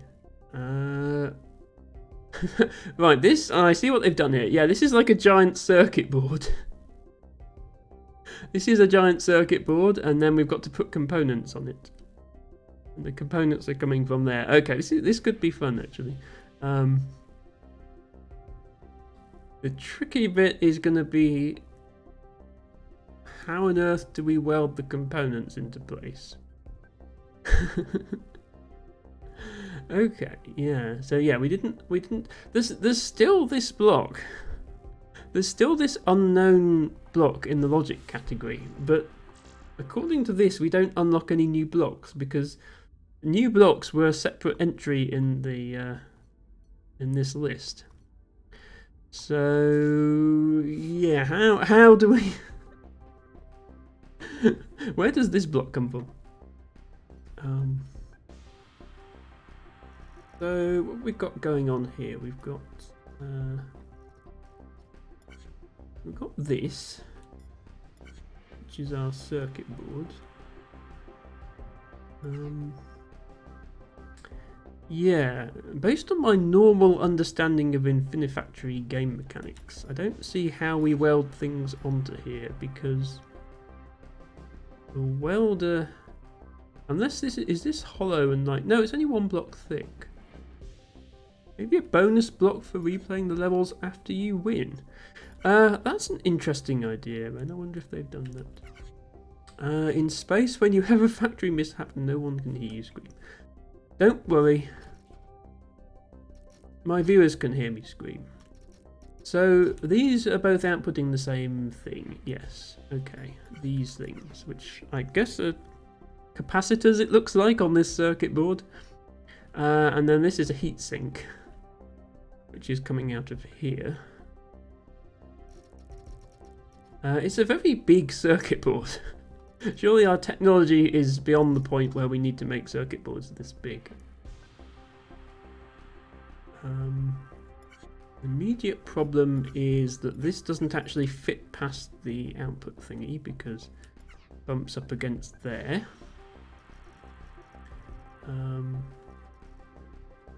So let's shift it across a couple of blocks. And bring it out from here.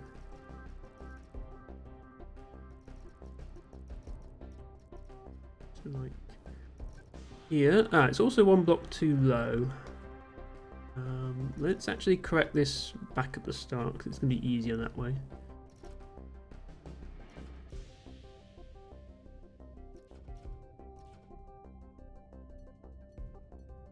Now, how tall is this? This is definitely the biggest thing we've assembled so far, but the good news is most of it comes pre-assembled. 1, 2, 3, 4, 5, 6, 7, 8, 9 blocks. So if we lift it up by one block, that would be 10. Okay, so we can't actually lift it up in here because the roof is only 10 blocks tall. We're going to have to bring it to the edge and then lift it up.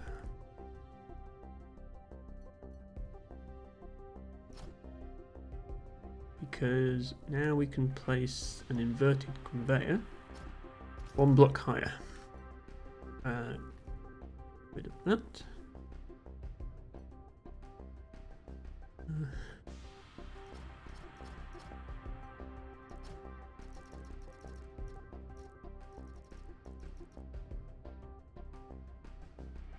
So this should now be coming out one block higher. Yes. Which is the same level that we need it at in order to complete the level. Okay, but we can't just send it straight in there because we need to attach all these pieces. And I'm guessing we should bring it in front of here. It's a bit weird, the space we've been given to work with. We've got this floor here, but we've also got these other bits of floor. And I'm not sure if it's easier to assemble things on the floor or easier to assemble things floating in space. I'm going to bring it in front of here for now. So let's bring it in line with where it needs to be, which is going to be here. Like that. Then let us fetch some components. Where does the heatsink need to go?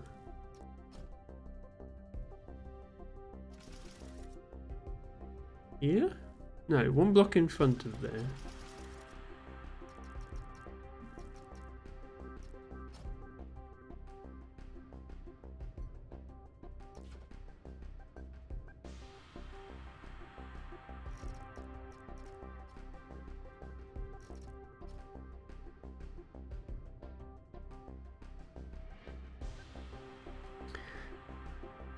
The problem with this area being so big is these arrows only drop down a certain amount, and I now can't see where this is in relation to the conveyor belt below.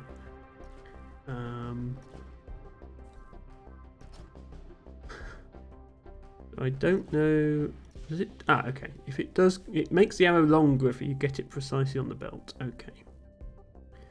So we want these to be one block beyond that, so here. I think we want to have the heatsink out the way of these things, so let's do it from like back here. Bring it over there. Yes, it's over here.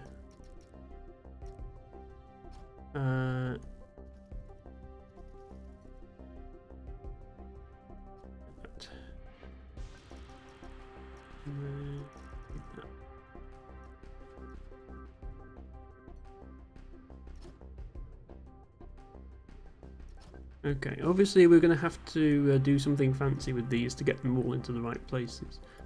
I'm just curious to start with how we're even going to attach these to the circuit board.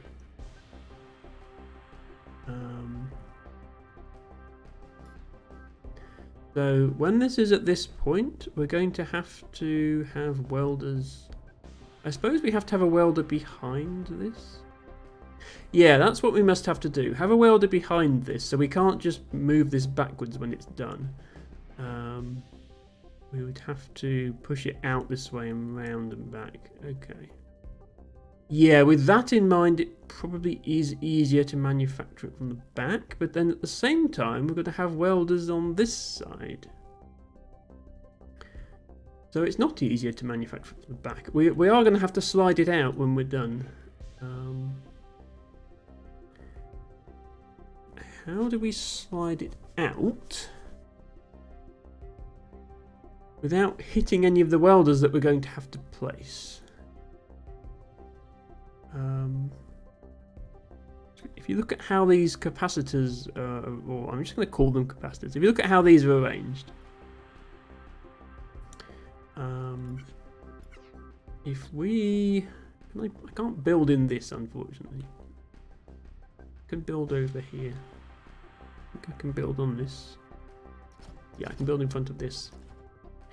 We've got to get things here and here.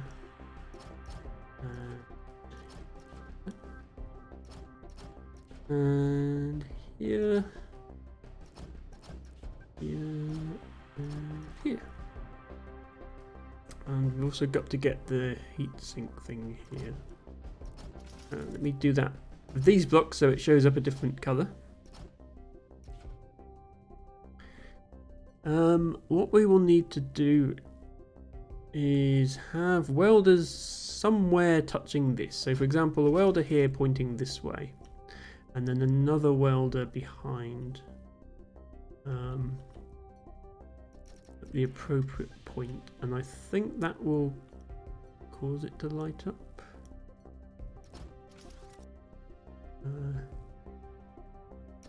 Block's not, yeah, the block's not there. So that's how we're going to have to assemble things. We're going to have a welder here.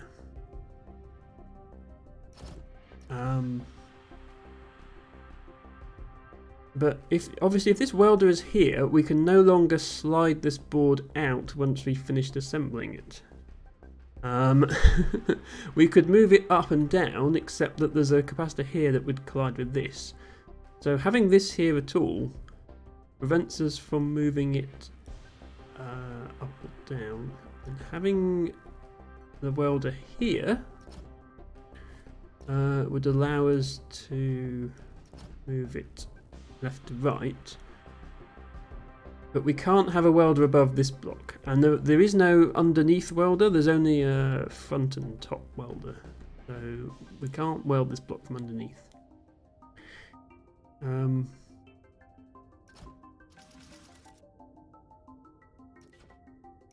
So the other idea I've got, which is slightly crazy, is have welders for all of these blocks, just like this. And then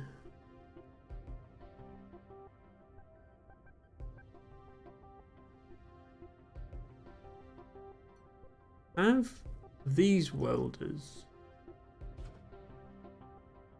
be on like a pusher mechanism. So this starts off retracted. We push the welders in,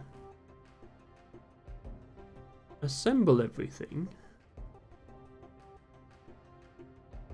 and then pull the welders back, giving us space to remove the circuit board. That's currently the only thing I can think of that would work.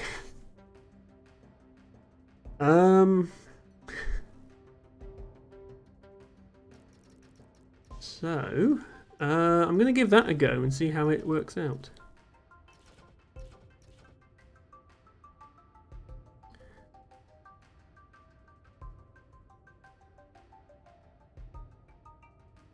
It still doesn't matter whether we put the circuit board in front of or behind the target, I don't think, because we've still got to slide it out, move it, and slide it back in again.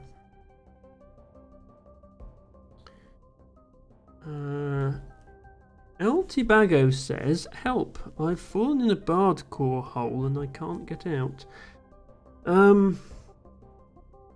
Is this the start of another pun, Tibago?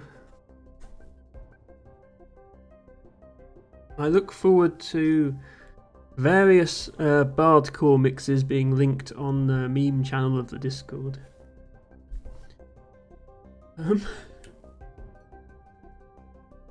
So there's gonna be welders on this side and there's gonna be welders on the other side.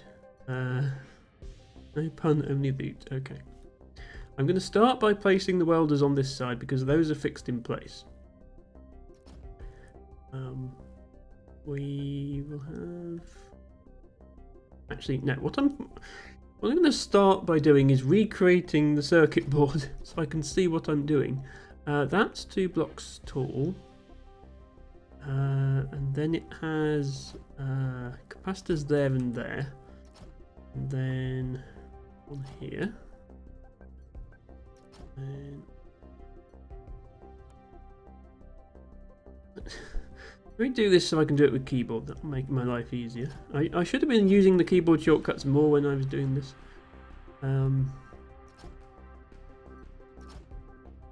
This is where things need to go. And also on this.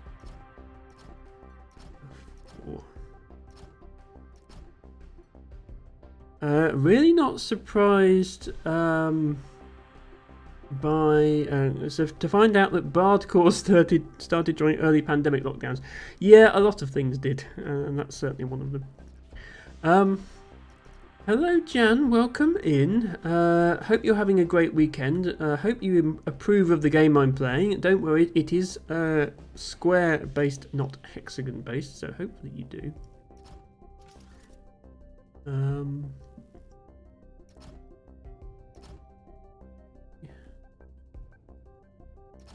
Welders on these. We only need 1 welder for this because it's all 1 block. So that, and obviously these need to be supported. Jan says, I'm finally finished with 10 games of OTB. It went. No, 10 days of OTB. Congratulations on making it through 10 days. How many games was that? Must be more than 1 game a day, surely.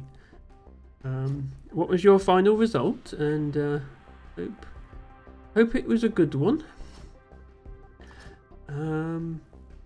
Ren says, watching you play this makes me want to play, but I just don't have the time. I mean, I don't really have the time either. It's taking up a lot of streams, but I enjoy it, and Saturday is the play the games I want to play stream.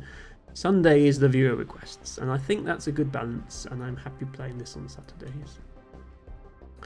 5935. I mean, that's a positive win rate. I would be happy with that result myself. Jan says Zachtronics was always goated. It is. This is. I mean, all the Zachtronics games are hard. I feel like this is one of the harder ones, as far as the later levels are concerned. Just for reference for Quinn, Jan, and possibly Ren, who I'm not sure if you were here. I thought today was going to be the last stream because I completed the last 2 levels of this world. When you unlock the Resistance campaign, it shows you these 3 worlds, but it doesn't show you this one. This one is hidden until you've completed all 3 of these. So now this is unlocked. And I'm pretty sure this is the last one because there's no room for another button here. But it means we have 6 more levels to do, and they are the 6 hardest levels in the game, I'm sure. So we have at least another 3 streams, let's say, to look forward to with this game. Well, I'm certain if there's another level, I'm probably just not going to play it at this point because it's getting a bit crazy then. Okay, let me place more welders on this side to match that. For reference, the final level of the previous world took me roughly 2 hours to solve.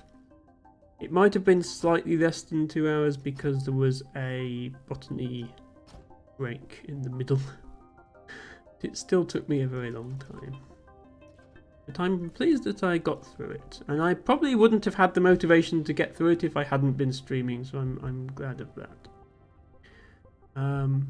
Right, so where these welders now are is where we need to put everything.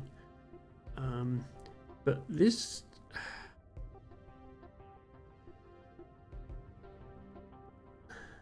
This gap needs to be 2 blocks, except it actually needs to be 3 blocks because of this. This is going to be the difficult thing. I think... Yeah, I'm going to keep the circuit board on this blue bar. So I'm going to move all of these welders back one with this block.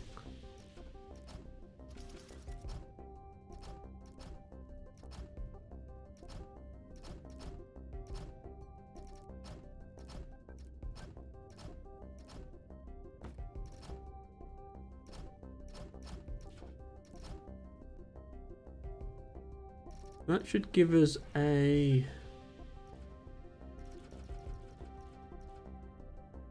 too wide space with welders in it.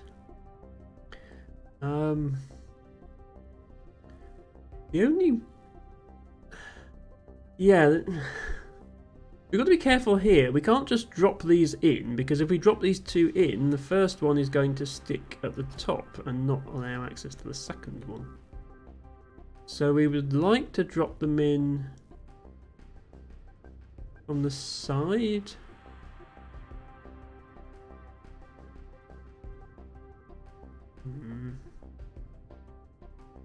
And this won't work at all for this because, well, first of all I put the welder in the wrong place. But this top thing is too big to fit through all of this.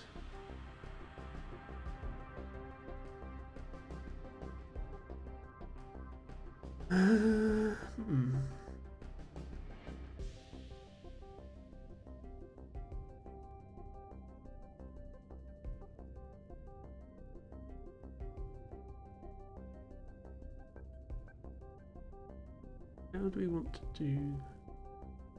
I guess we need the welder to be on top for this. If we leave this... If we leave an area free here... maybe we need to drop... we might need to drop the circuit board in from the top, actually. I didn't think of that. Yeah, we might need to drop the circuit board in from the top into this assembler.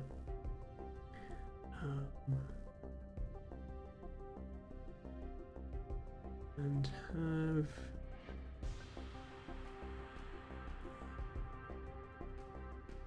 have a top-down assembler, a welder that's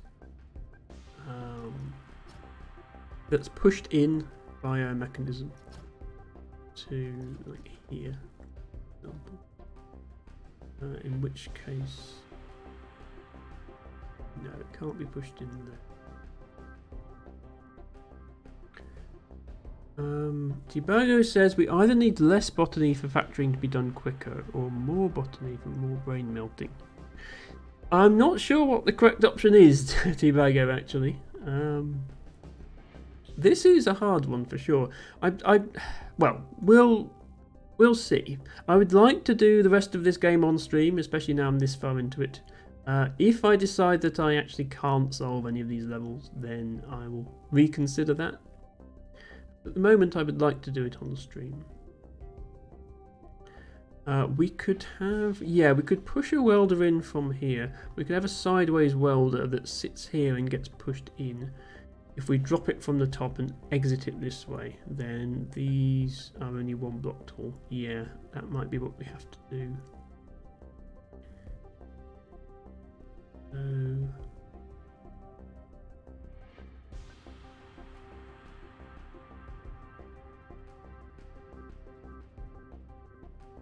one block back from where these are positioned. It needs to be here, but it needs to not be stuck to this welder, which is annoying.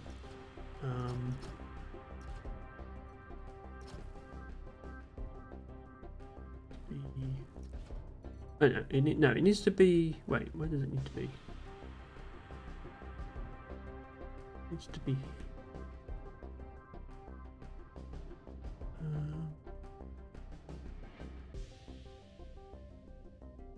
Oh wait, hang on. Yeah, made a mistake. I've just realised the output for this thing is 2 blocks high. This output station. The base is 2 blocks tall. The base of every other output station has been 1 block tall. So I was assuming we were lifting this 1 block. We're not. We're actually lifting it 2 blocks. So first thing I need to do is go and fix that mistake. Yeah, this level is going to take a long time, and I don't think we'll be done this stream. But I'll get as far as I can. So we can fix this by out of the to there. I've got 2 blocks. It's not conveyor. I should probably put these back in the right place now. I'm used to pressing 2 to get conveyor belts. We actually need to do this to get this out. It needs to come up 2 blocks. Still not sure whether we need to lift it up even further to...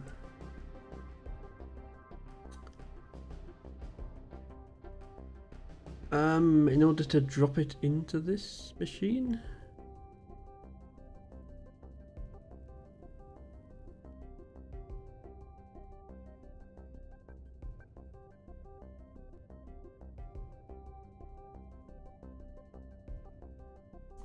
You extend... Thinking, can we extend something by 2 blocks? We have a blocker attached to a blocker. Yeah, like, and if anyone who's played Minecraft, imagine having 2 sticky pistons stuck to each other, and you do things like this. So we could extend a welder by 2 blocks instead of just 1. That might work. The tricky bit would be connecting the wires though, because we'd have a wire connected to this to trigger this one. But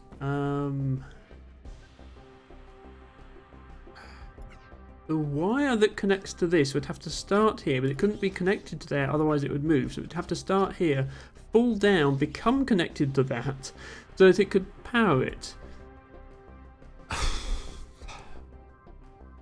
Okay, this is definitely possible, but it's going to be very difficult. I'll just say that right now.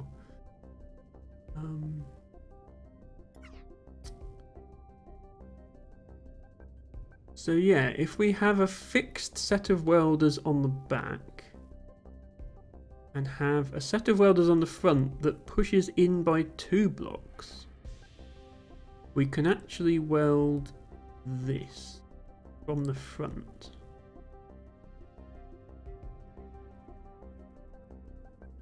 Okay, well, we'll do that then, I guess. And we should only need one of these. One interesting difference between this game and Minecraft, I believe, is Minecraft has a is it 15 or 16 block limit for pistons? But like, I think this game you can like push as much as you want. Yeah, you can, like, there's no limit to what you can push with a blocker, which is effectively a piston. So like all of this is going to push now. So I can build the whole... I need to make one of these double extending blocker contraptions, and I can push the whole assembly off of that. So it's not as bad as it might seem. But I think it might be best saved for another stream. I'm just going to do one Yeah, chunks of 16 by 16 in Minecraft. This game, yeah, the engine of this game is obviously completely different to Minecraft. The only things they have in common are they are made up of blocks, which is the case for many games nowadays. The only thing I'm going to do this game is, this stream is fix this. Needed to be 1 block higher because I forgot we were, the base of this is 2 blocks tall. I need to move all of this up by 1 block. But I won't. I need to build. I'll build a wall of welders that matches this. Then I need to build another wall of welders that double extends on this side using one of these. Then I need to figure out how I'm going to drop these all into place.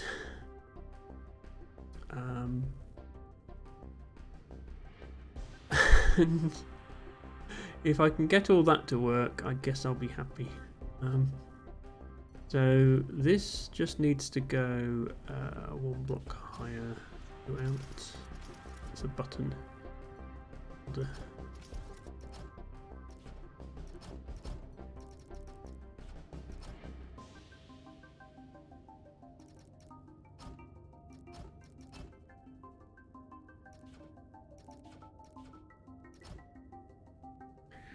Save your cubes for another day. Yes, we will be back with yet more cube-based gaming. Another stream. This goes here. And here. And there's so this should be lined up now. This I didn't realise before. It's quite hard to tell from the perspective, to be honest, whether this is lined up or not. Like if you're here, you can't tell what's lined up with what. But yeah, this is the correct alignment. You can see if you look from the side. This needs to be here.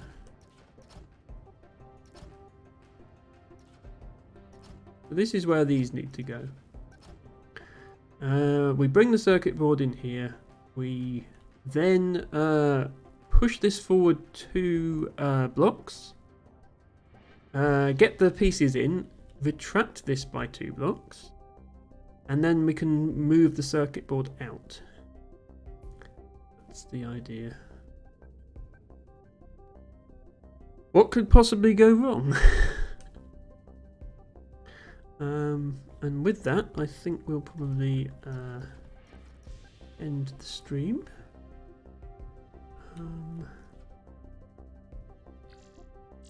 Here. If I come out of here, we're still in this place. We did move when we went to the resistance campaign from our prison cell to this area. It doesn't look like they've given us a new area to walk around in. They've just given us a new tab on here.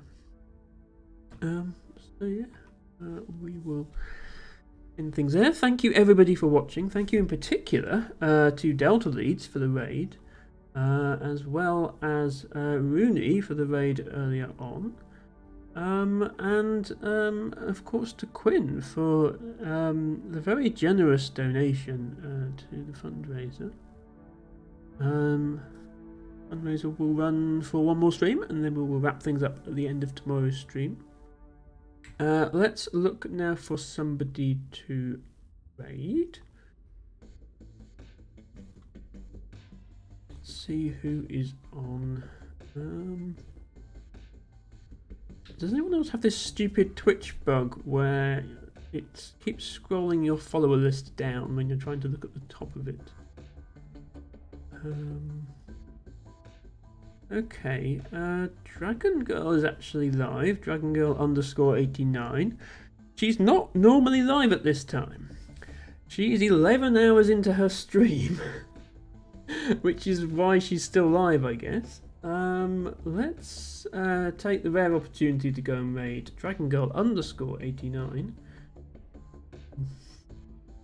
What's she playing?